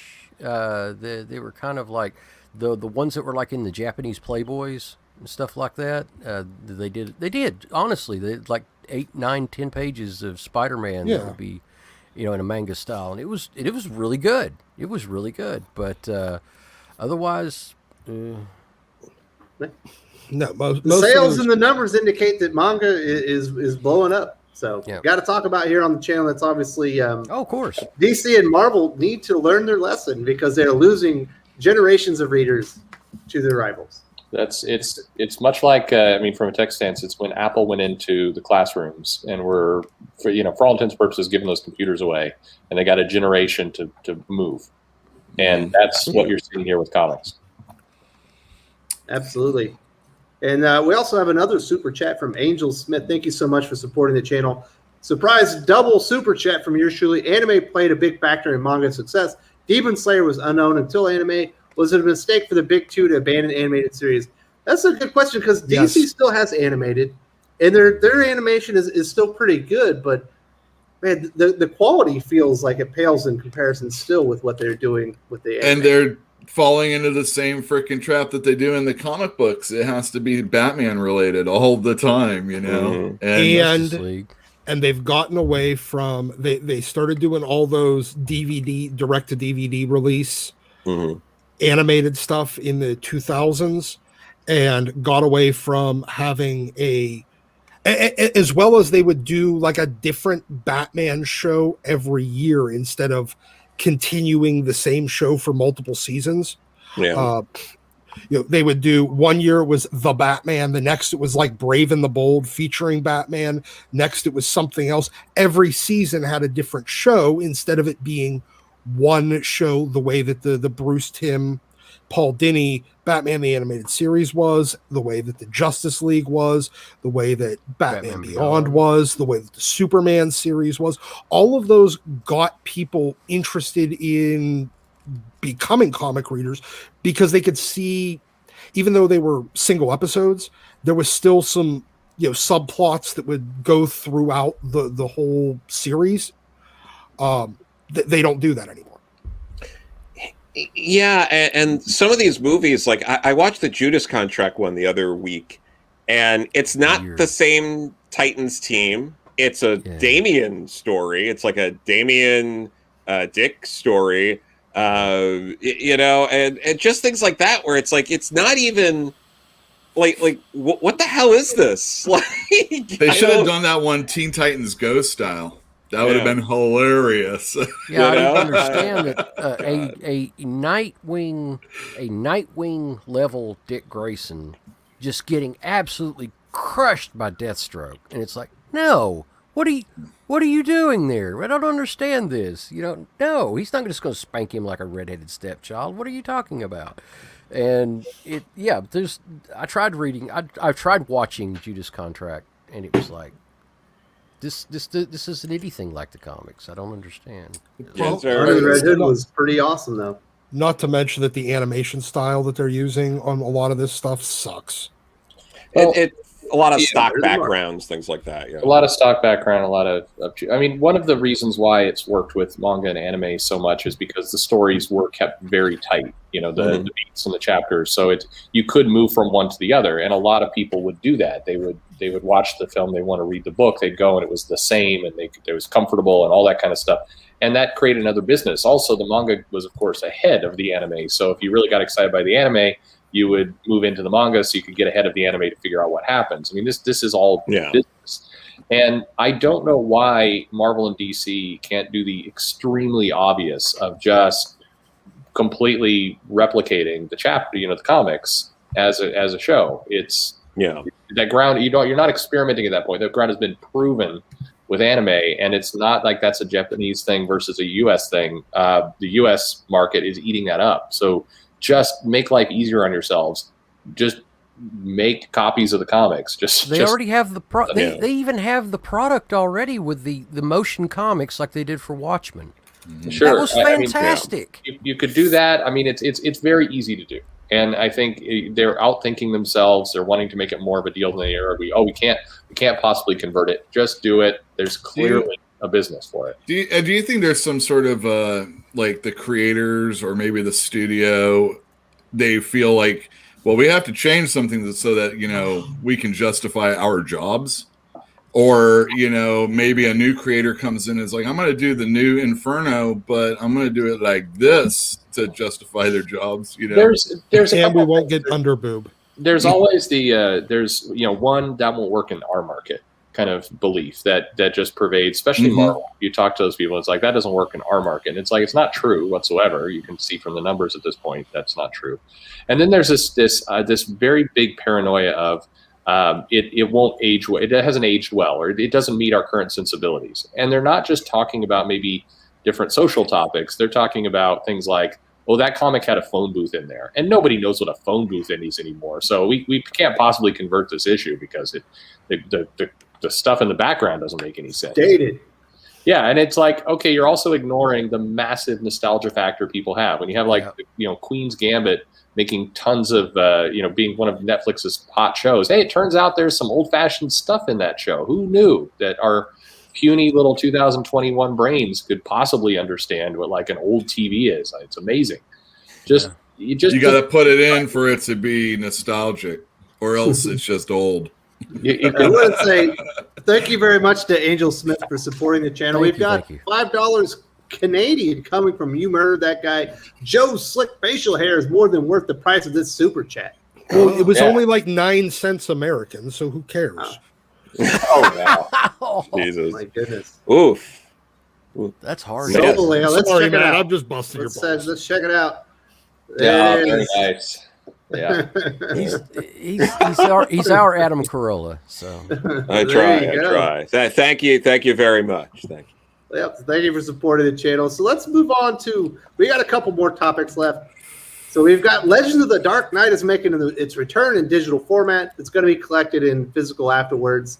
Kind of the typical thing that DC's doing nowadays. And we also have a name change. Batman the Dark Knight is no longer Batman the Dark Knight from Tom Taylor. It is now Batman the Detective. Pele, are you excited for the return of the Legends of the Dark Knight? More than I am for most of the other stuff DC is doing. And I love the detective aspect of Batman, and that's one of the reasons why I love Grant Morrison's run so much. And he's the world's greatest detective, and I want him to see him detecting things instead of just beating the shit out of everybody. And that's and crying about Selena leaving him or whatever, who cares? But I'm excited about it because I love seeing him do detective work, and I'm concerned about the writing teams and stuff. But an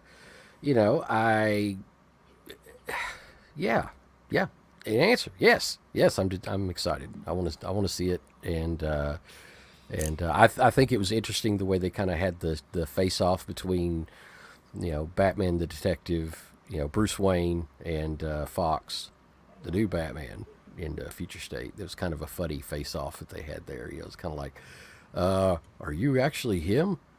Who are you? Why are you in my suit? So So yeah, that was kind of funny. But so good you, stuff, what do you think hopefully. about the name change? Is Batman the Detective a good title for a comic series? I hope there's some detecting in that. Yeah, you know, again, we got more Batman, but these are pretty nice titles. I really would like to see I would like to see the Legends be more of a showcase of creators, more than just like this extended Batman story we couldn't force into the regular series. Because Tynan will never leave. I'm just joking. That's not a bad thing. No, I'm just joking. You know, I'm going to squeeze everything out of this Batman until it can't do no more. He's got a lot of Tom King, fuckery to kind of fix. So, yeah. I think just making Batman like this guy that fights crime is enough to maybe solve that problem. Yeah. But if you're going to say detective in a comic book, give me some detecting. Yep. I would like to. I always thought like the Batman television show that should have been done was just him, like, a little bit more, Murder She Wrote. Him going and trying to figure out a crime. Yeah, CSI, some detective show. And at the end of the program, at the end of the season, that's probably how they would do it now. Looks like what they're doing with Pattinson. He's going to be a detective. Yeah, that would be sweet. Yeah. Just do a whole, just take your best. Like Morrison, he did that. He did a 10 Little Indians story. Agatha Christie story on the Black Glove story, where all the superheroes were getting murdered. And the everything blows up and they can't leave the island. Great story. And that'd be a great movie of Batman. I don't want to see the Joker, please. Yeah. Leave the Joker behind and just pump up some really, really well thought out, well done detective stories. Yeah, detective. You could do a dirt cheap Batman TV show with him just doing a police procedural. Yep. Spandex. Just put him in spandex and just, There's going to be a Gotham TV show, right? A few toys. Yes, well, they've done that it's not like they haven't done that poorly 3 times. Yeah. I think when they're doing something like changing the name to Batman the Detective, and you have Tom Taylor on that book, I think there's a chance, I'm just speculating here, that maybe they're seeing the potential for doing something like this long term, and if wanting to continue it and being like, well, if we call it something different, it's going to be easier to continue it. So maybe they're going to let Tom Taylor sort of tinker around in his own little sandbox and just call that Batman the Detective. And they didn't want it to be confused with Frank Miller's. Yeah, and get it confused with some of these other things. And then with Legends of the Dark Knight, I hope they kind of go at least a little bit into that like X-Men Legends kind of route where we can like get some old creators to do some newer stuff, like pair up like Englehart and Simonson again, pair up Doug Mank and Kelly Jones, get us some more Alan Davis Batman, like you use these digital firsts as kind of an opportunity to invigorate a different section of your audience. Yeah. Yeah. But we do have a super chat from You Iron. Has the panel seen the Post Americana Indie book? I read a little bit of it. Perch, I know you did a review of it, didn't you? Yeah. I mean, I did, and I talked to the creator. I like the book, but it's one of those. It's not for. It's absolutely not for everyone, and really quickly if it's for you or not for you. I mean, the book is Mad Max. The book is super violent. The book has cannibals. It's got naked people. It's got people with things shoved up their butt. It's an insane book. It's a dystopian future crazy book. For whatever reason, I mean, it had the ill fate. I think the author talked about this. It came out close to the whole Capitol riot mess, and people equated it to what was going on. It bears no resemblance to that. Like there's cannibals eating people. Like there's none of that. I saw it on the shelf, and I just went, "Oh, yeah, look, it's another America after its fall book." No, it's another beautifully illustrated book. I don't care. It's another absolutely America beautiful. after its fall. It's a book that I don't have care. to sell in a brown paper bag because Well, I mean, not for the cover, but yeah, you don't leave that thing on the shelf out of a bag for sure. It's not for kids. Yeah. No, Oh, and it was and- on the shelf, not in a bag at my No, local because shop. Berkeley's different. the retailers You can totally do it. it's definitely if you like Mad Max and you would like to see some crazy violence, then this is a book for you. And it is It's beautiful. awesome. Yeah, I love the book. I think it's great, but it's not going to be for other people. And I highly recommend his Maestro also. That Yeah, one was Maestro's great. very good. Yeah. Is it Scroach or Scroche? Scroche. Oh, thank God. Yeah. Yeah, Steve I Scrooge. don't ever want to. Well, you know. there's a lot of pretentious people out there. You don't know. Exactly. He's a good guy. He's fun. He's somebody who is not spending a lot of time on the internet, so he was completely Good for him. confused. Yeah, exactly. He was completely confused by some of the reaction to the book. So And I I do guess want to say, there's some kind of controversy about the main character being black or something, and it's like that's not. He was very confused by all that. so thank you very much to you, Iron, for supporting the channel. Very much appreciated. Let's move on. We got 2 more topics to get to. We ran behind. Oh no. We had another indie book come out this week, Radiant Black #1 from Kyle Higgins. I was kind of looking forward to this one. It's like the kickoff to their new Image Comics like shared superhero universe. Mm-hmm. I was a little turned off because the cover indicates it's going to be one type of art style. When I got into it, it was much more cartoony than I expected. And I don't know. The hero isn't really for me. Did you read it, Joe? Since you mentioned we were going to be talking about this, I ended up reading it. And it's, I'd say underwhelming. It was just, That's what I said. it's all a setup for maybe fun things to eventually happen, but it's a very paint by numbers kind of book where these aren't major spoilers. If you're desperate to read Radiant Black and you just haven't gotten down to the shop or gotten a chance to read it yet, basically it's an origin story of the worst kind of person, a guy trying to make it in LA. And A writer. Yeah, That's a writer. writer. What a As loser. a writer, it's the worst. It's as someone who's been writing comics, I know too many people like this, and they're not great.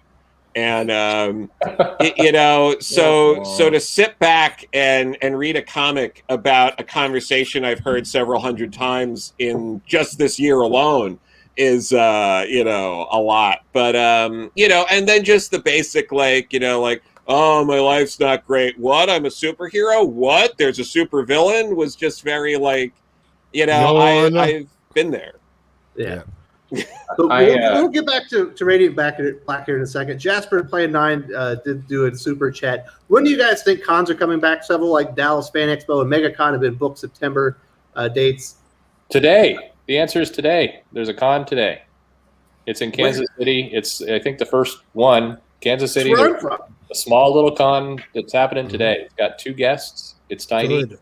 We will see. There will be cons in red states. I mean, because the Yes. rules are a lot more relaxed. I'll be fair. True. No, he's right. It's just a color. And in the more conservative states, you're going to have conventions opening up, and there's going to be a lot more of them, 21 and 22. You're going to see California and other states, Illinois and all that, Chicago and New York. It'd probably be 2024, 2025 before those cons really come back. So You'll see the small shows. The ones that are in not even like the local shop rents out a second empty spot next to them.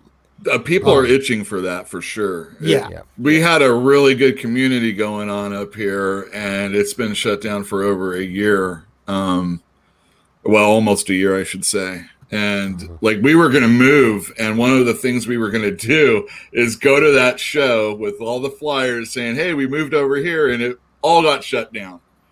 And I was really looking forward to it. You go and get your Bronze Age, Silver Age stuff over there. It's only comics except for one creator, 2 maybe. maybe someone doing some art that you can buy up there, and that's it. And I love it. Well, right now, C2E2 and Emerald City are both scheduled for the end of this year in December. Right. New York Comic Con, it sounds like as long as the Javits Center isn't being used for other purposes, is still going to go forward. Baltimore Comic Con looks like it's still moving forward. It's that, like you were saying, like September, like once we're past the summer, I think you're going to start seeing some more of this. If I had to bet, I would say we're probably not going to get San Diego in July, but I do think the stuff at the end of the year, October through December, we'll start seeing stuff. I think the first couple of cons, like you're going to have casualties in the sense of like everyone's, like they'll probably do Baltimore Comic Con in October, but we're going to start hearing stuff like, oh, the attendance could have been better, and is this the end of cons forever? And we're going to have to deal with that for a couple of cons. We're going to have to deal with people taking pictures of like hand sanitizer things and mask dispensers being like, look at the madness. And it's like, well, they've had the hand sanitizer dispensers at these big cons for years now, but people are going to try to make a big deal out of that. Once we're done with this at the end of the year, I think we're probably going to be back to a regularly scheduled program next year for the most part. Yeah. I'm just really happy that this is probably going to be the thing that kills off Wizard World finally. There you go. They've gone through like 3 bankruptcies in the last 10 years. I think this will be the one that finally kills them permanently. I'll tell you what, the first one was awesome, but no. I mean them as a organization, as an entity. Yeah, you'll get the occasional show pop up here and there, but it will no longer be the traveling fucking shit show circus that it is with all the Z-list actors and understood. Sucking all the money out of the room. Understood. Okay. Well, thank you very much to Jasper Play 9 for supporting the channel. I very much appreciate that. Glad we got that information out there. Now, it was Perch. You were kind of starting to talk about Radiant Black. What were your thoughts? I know I didn't like it. This isn't a good. I hate Man, Kyle Higgins, don't watch this episode. So pathetic. He was crying like a complete bitch, and then his friend, who's supposed to be the asshole, is like setting him straight. Like you shouldn't take out $40,000 worth of loans if you don't have a job. Yeah, no, it is. It feels like a lot of conversations. I mean, I'm sure nowhere close to the amount of conversations that Joe's had, but it feels like a lot of conversations I've heard. It definitely felt idiotic. Like, there was some commie creators. Yeah, probably. It don't understand like, money. It felt like tapping into some real life stories for sure. But it's a story you've heard. I mean, that's the thing. It's like when you're launching a new superhero shared universe, whatever it happens to be, please don't make the most paint by numbers origin story possible. I mean, there was 0 surprises, and writers writing about writers. Yeah, the worst thing ever. I hate it. Yeah. What's it? What was his bad guy? Somebody from World War II. They only showed him, but we haven't seen him yet. But he looked like he was old. It's bad. This is not how you want to launch your universe. I hope it picks up. I know a lot of people are looking forward to it, but I know I'm the positive guy. I'm like, who tries to find the nice thing about this. Like this comic sucked. I'm sorry. The art wasn't even like strong enough to really carry it. No, it's the kind of art when you're breaking into the industry, you're like, all right, I'm all right with this. For all you vomit enthusiasts, though, someone does vomit in this issue. That's true. Yeah, you do get some. You didn't get enough of that from Post Americana. There you go. Writers writing about writers is about Throwing as pretentious as fucking Hollywood that always gives their Best Picture award to movies about fucking Hollywood. And also, don't start your stories with someone waking up. I'm done with that. Oh my god! Oh my god! Thank you. I'm sorry, Joe. I know you probably did that recently. No. Thank you for mentioning that, because I can't tell you how many times I've read a comic or someone sent me a comic where it opens with, "I'm sleeping in bed. Here's my phone. Here's the message on my phone. I checked the phone. Oh my god! I got DMs. Oh god! It's It's awful. Any writer listening to this, do not do that. Everyone does it, and it's the worst. It's not a good hook. Oh, and No. Start obviously your there's the fucking 3 comic. weeks earlier. Well, and I know this is a tiny thing, but in the beginning of the comic, like on page 2 and 3, he's basically kind of begging for money. He's asking for help. Later in the comic, a few pages later, he's arguing with his friend, saying, "Hey, I've never asked for any help." Like, bitch, you asked for help 20 pages ago. When you were crying in a pool of tears. God damn it, it's painful. And When it comes to Image, if you're going through Image Central, you don't have editorial guidance at all. You basically hire a friend or someone like that to just kind Spell of check. yeah, yeah, exactly. It's a proofreader, not an actual editor. So that's what friend ever said they hated your stuff? Yeah. This is genius. Yeah, it's great. Oh, that's always been the problem. That's the real problem with Image, is who their editors are. Yeah. yeah, I don't know. This is not the way you start a stupid. I thought I was the a-hole. I was like, I can't believe I don't like this. Everyone's gonna crap on me, but okay. Like, Well, it wasn't like wholly offensive. It Yes. was. I mean, there's a lot of things I would be like, "Oh, I'm nitpicking." You know, it wasn't. It's not There's a offensive. costume. It's just There's a yeah. It's villain. not offensive. It's just so lukewarm and mediocre that it's offensive. Start your fucking comic with something to draw the readers in. I'm just amazed we got this far in the panel and nobody pointed out that the good guy is blue and the bad guy is red. Oh yeah. Oh. Oh wow. Good. Yeah. I wasn't even. I didn't even think about that. Well, but you know, everyone should start a comic with someone looking at their balance and seeing that they owe more money than they have. yeah. I've got 27 cents in my checking account and I owe $38,000. I might be screwed. It's very compelling. Hey, you know what would actually be a novelty in modern comics? If someone took responsibility for their own stupid fucking decisions. Yeah. Well, I mean, you know, he got a superpower. If you like comics about talking losers and pathetic people, then this is for you. That gets superpowers. Yeah, and then proceed to float a train around. I wonder how those guys knew that was like a black hole. Because I did not get that from the picture that was floating. I did not know. I was like, how do they know that's a black hole? It looks like it might just be like a little UFO. Why are we trusting science judgment from somebody who's got that much debt and cries in his car? Yes. He's like He's an Uber driver. Uber driver that's bawling his eyes out. I was like, Oh, God. Well, I would assume that's most. you're not going to get a Uber good and Lyft rating that way, drivers. sir. No one's going to want to ride with you. I'm sorry. I'm nitpicking this book. This entire comic is all of the terrible tropes of 2020 and like from basically 2017 on, rounded into one fucking comic. And congratulations, you made the most quintessentially timely comic of fucking ever. All right, so Pele, if I was speculating on one of the future issues of Radiant Black, which one do you think I should get? The one that doesn't exist. Yeah, if you had to, if God help you, if you had to, the 1 in 25. The 1 in 25s. The 1 in if you can get a 25 store to incentive. do that. Yeah. Yeah, the 1 in 25 incentive because they sold out really damn fast with us. I'm going to go And, with none of them. Because I put them out for ratio and they were all gone in the same day. And Well, it is the start of a new shared comic superhero Yes, universe. It's yes. going to have some notoriety to it. Until you know, it fails again. it can only get but better. there are people that are buying it though and they're not reading it.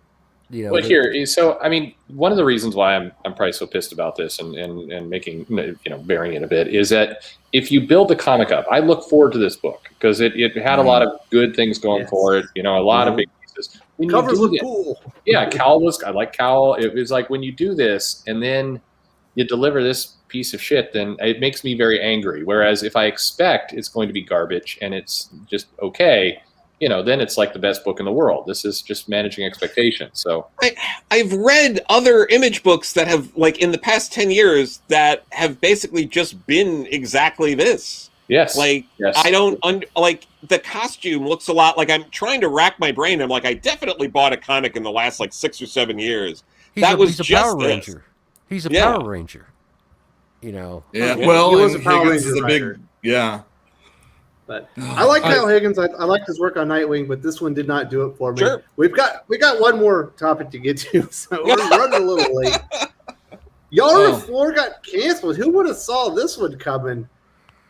Yeah. Doc, did you think that any chance that CW would not take up the Yara 4 mantle and throw them on the network? I did. I knew that it wasn't gonna. There was no chance in hell. There was nothing to the character.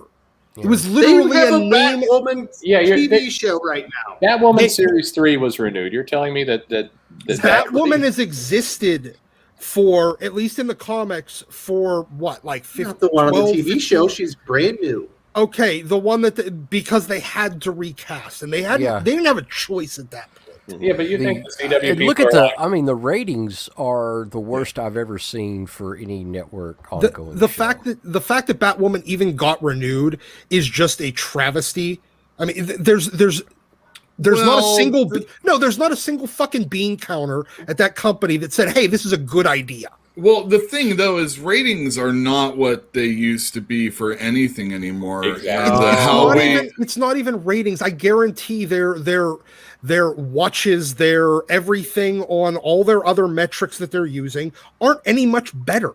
Yeah, but the thing is it's all about content, you know. And if when you're done with everything, Somebody's been listening to the WWE investor things. It's Man really got your ear.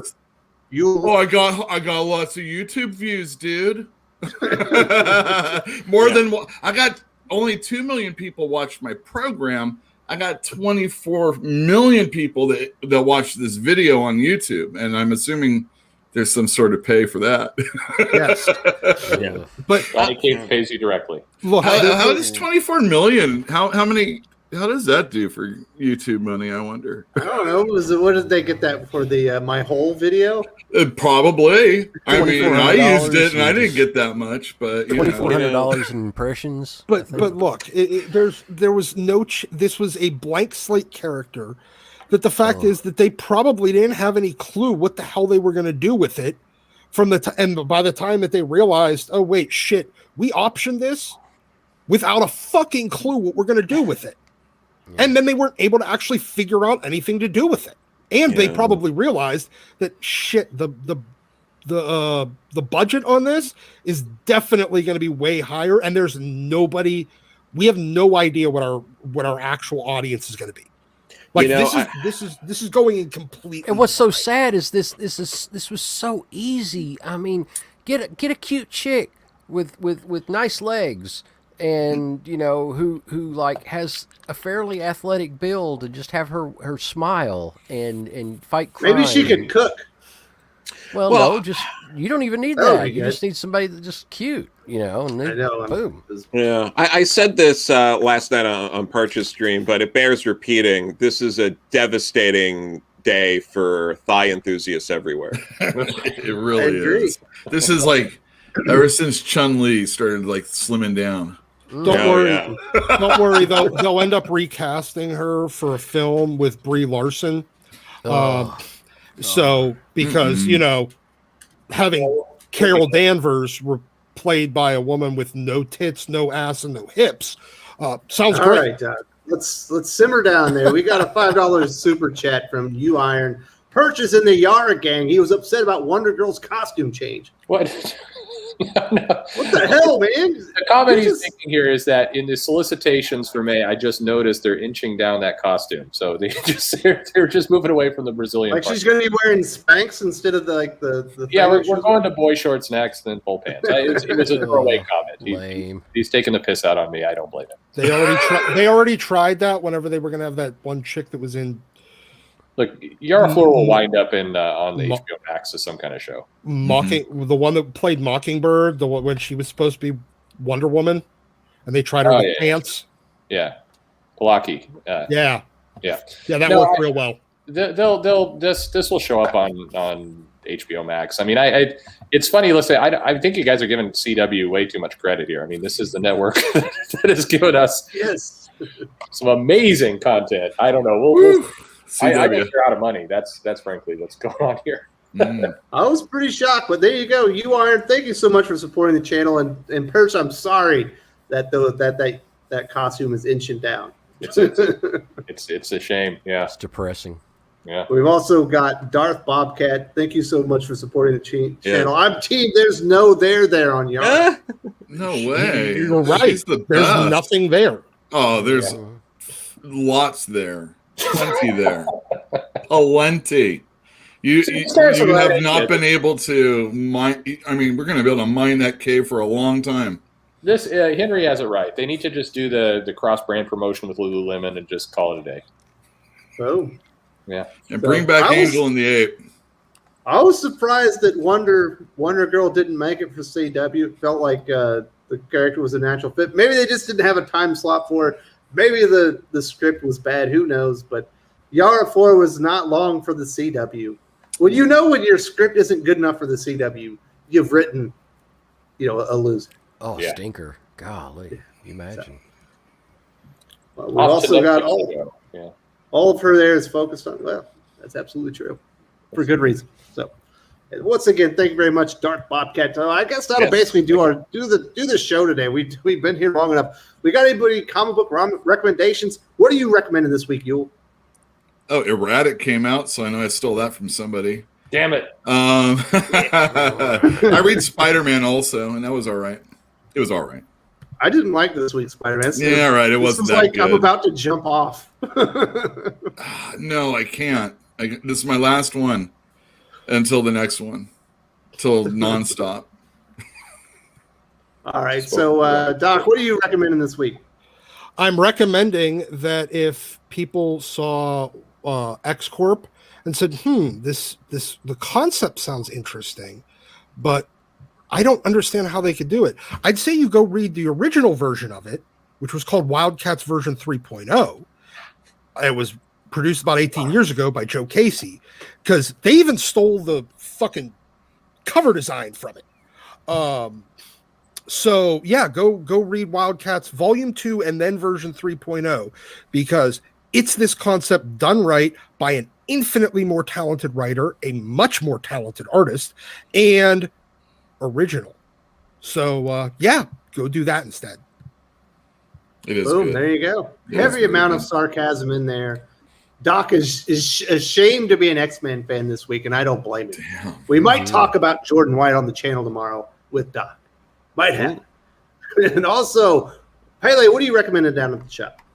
Daredevil 27 is really, really good. I enjoyed it. I'm enjoying all of the King in Black stuff so far.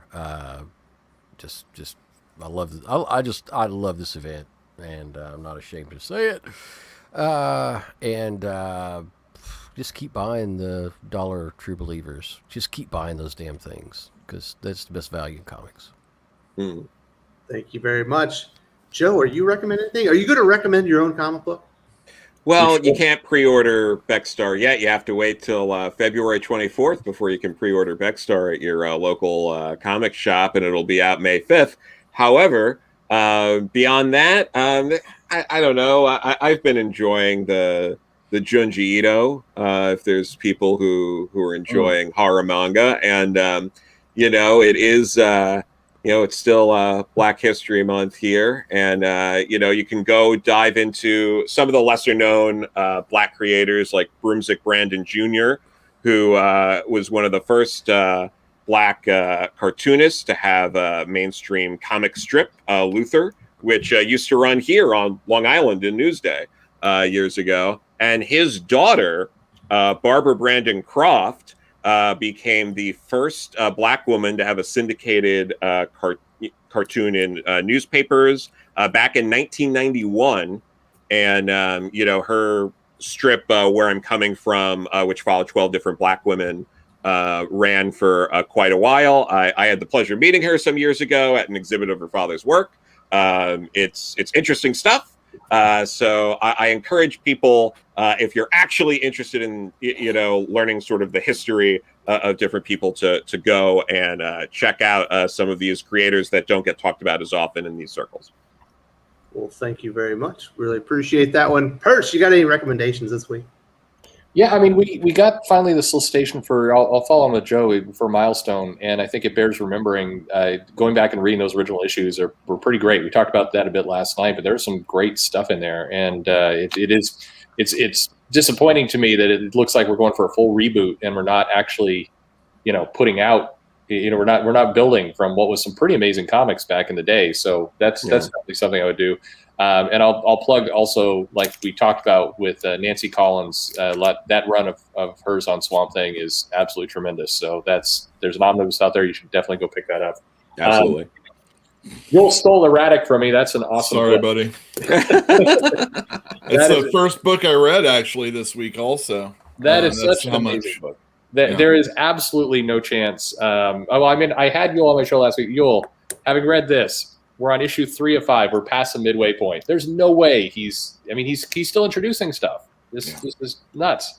Well, I mean, the real thing to worry about for the character isn't really his powers, is his mom's life is like falling apart. Yeah. And they're going to be evicted. And I just love how he's not a superhero until usually the very end of the book. And it's just kind of cool. This is a cool book. Yeah. A lot of good stuff. Great art. Like, and it's the best animation in comic books right now, I think. He's doing a really amazing job. I like Green Lantern. I think Wes didn't, so we can brawl about that later. I thought that was the best future stuff. You might have too much stuff going on at once in that book. There definitely is 3 stories, and I would prefer there just to be 1. But anyway, lots there. Next week, some people mentioned We Live is out, and Last Ronin number 2. And Last Ronin number 2. So there's some good stuff out there. Yeah. Perch and I will definitely be doing a follow-up on We Live and talking about that like as a full story. And you Iron, Uel is a cool dude. Yeah, absolutely. I'm not bad. I'm all right. It rhymes at least. So, it's better than the other things that it rhymes with. Oh, my goodness. Whatever. So this week, everyone took my recommendations. I didn't have a lot of comics that I would recommend, but I recently listened to a podcast, and they read, was it Robert E. Howard's The Tower of the Elephant? It was a short story about Conan the Barbarian. And in Savage Sword of Conan number 24 is the telling of The Tower of the Elephant. Roy Thomas is the writer. I think it's Steve Buscema. Maybe it was John. John, probably. John Buscema was the artist. And I recommend that. I went back and I went and bought a copy on Comixology. It was great. It's not quite as good as the short story that I listened to on the podcast, but it's absolutely fun. And Roy Thomas on Conan is always great. So that's my recommendation. Go read The Tower of the Elephant with Conan. It was awesome. And I think that's it, fellas. You got anything? Anybody else have anything to say? Yeah, get the Dark Horse one also, Wes. That's Kurt Busiek and Kerry Nord. They tell longer versions of those stories, so there's a little bit more room to breathe than you would get in one issue of a comic book. And does the elephant head guy look terrifying and crazy? It's interesting. He's definitely terrifying for sure. That's what he should be. And it's an enormous head. All right, it's all about Poe, fuckers. We're out.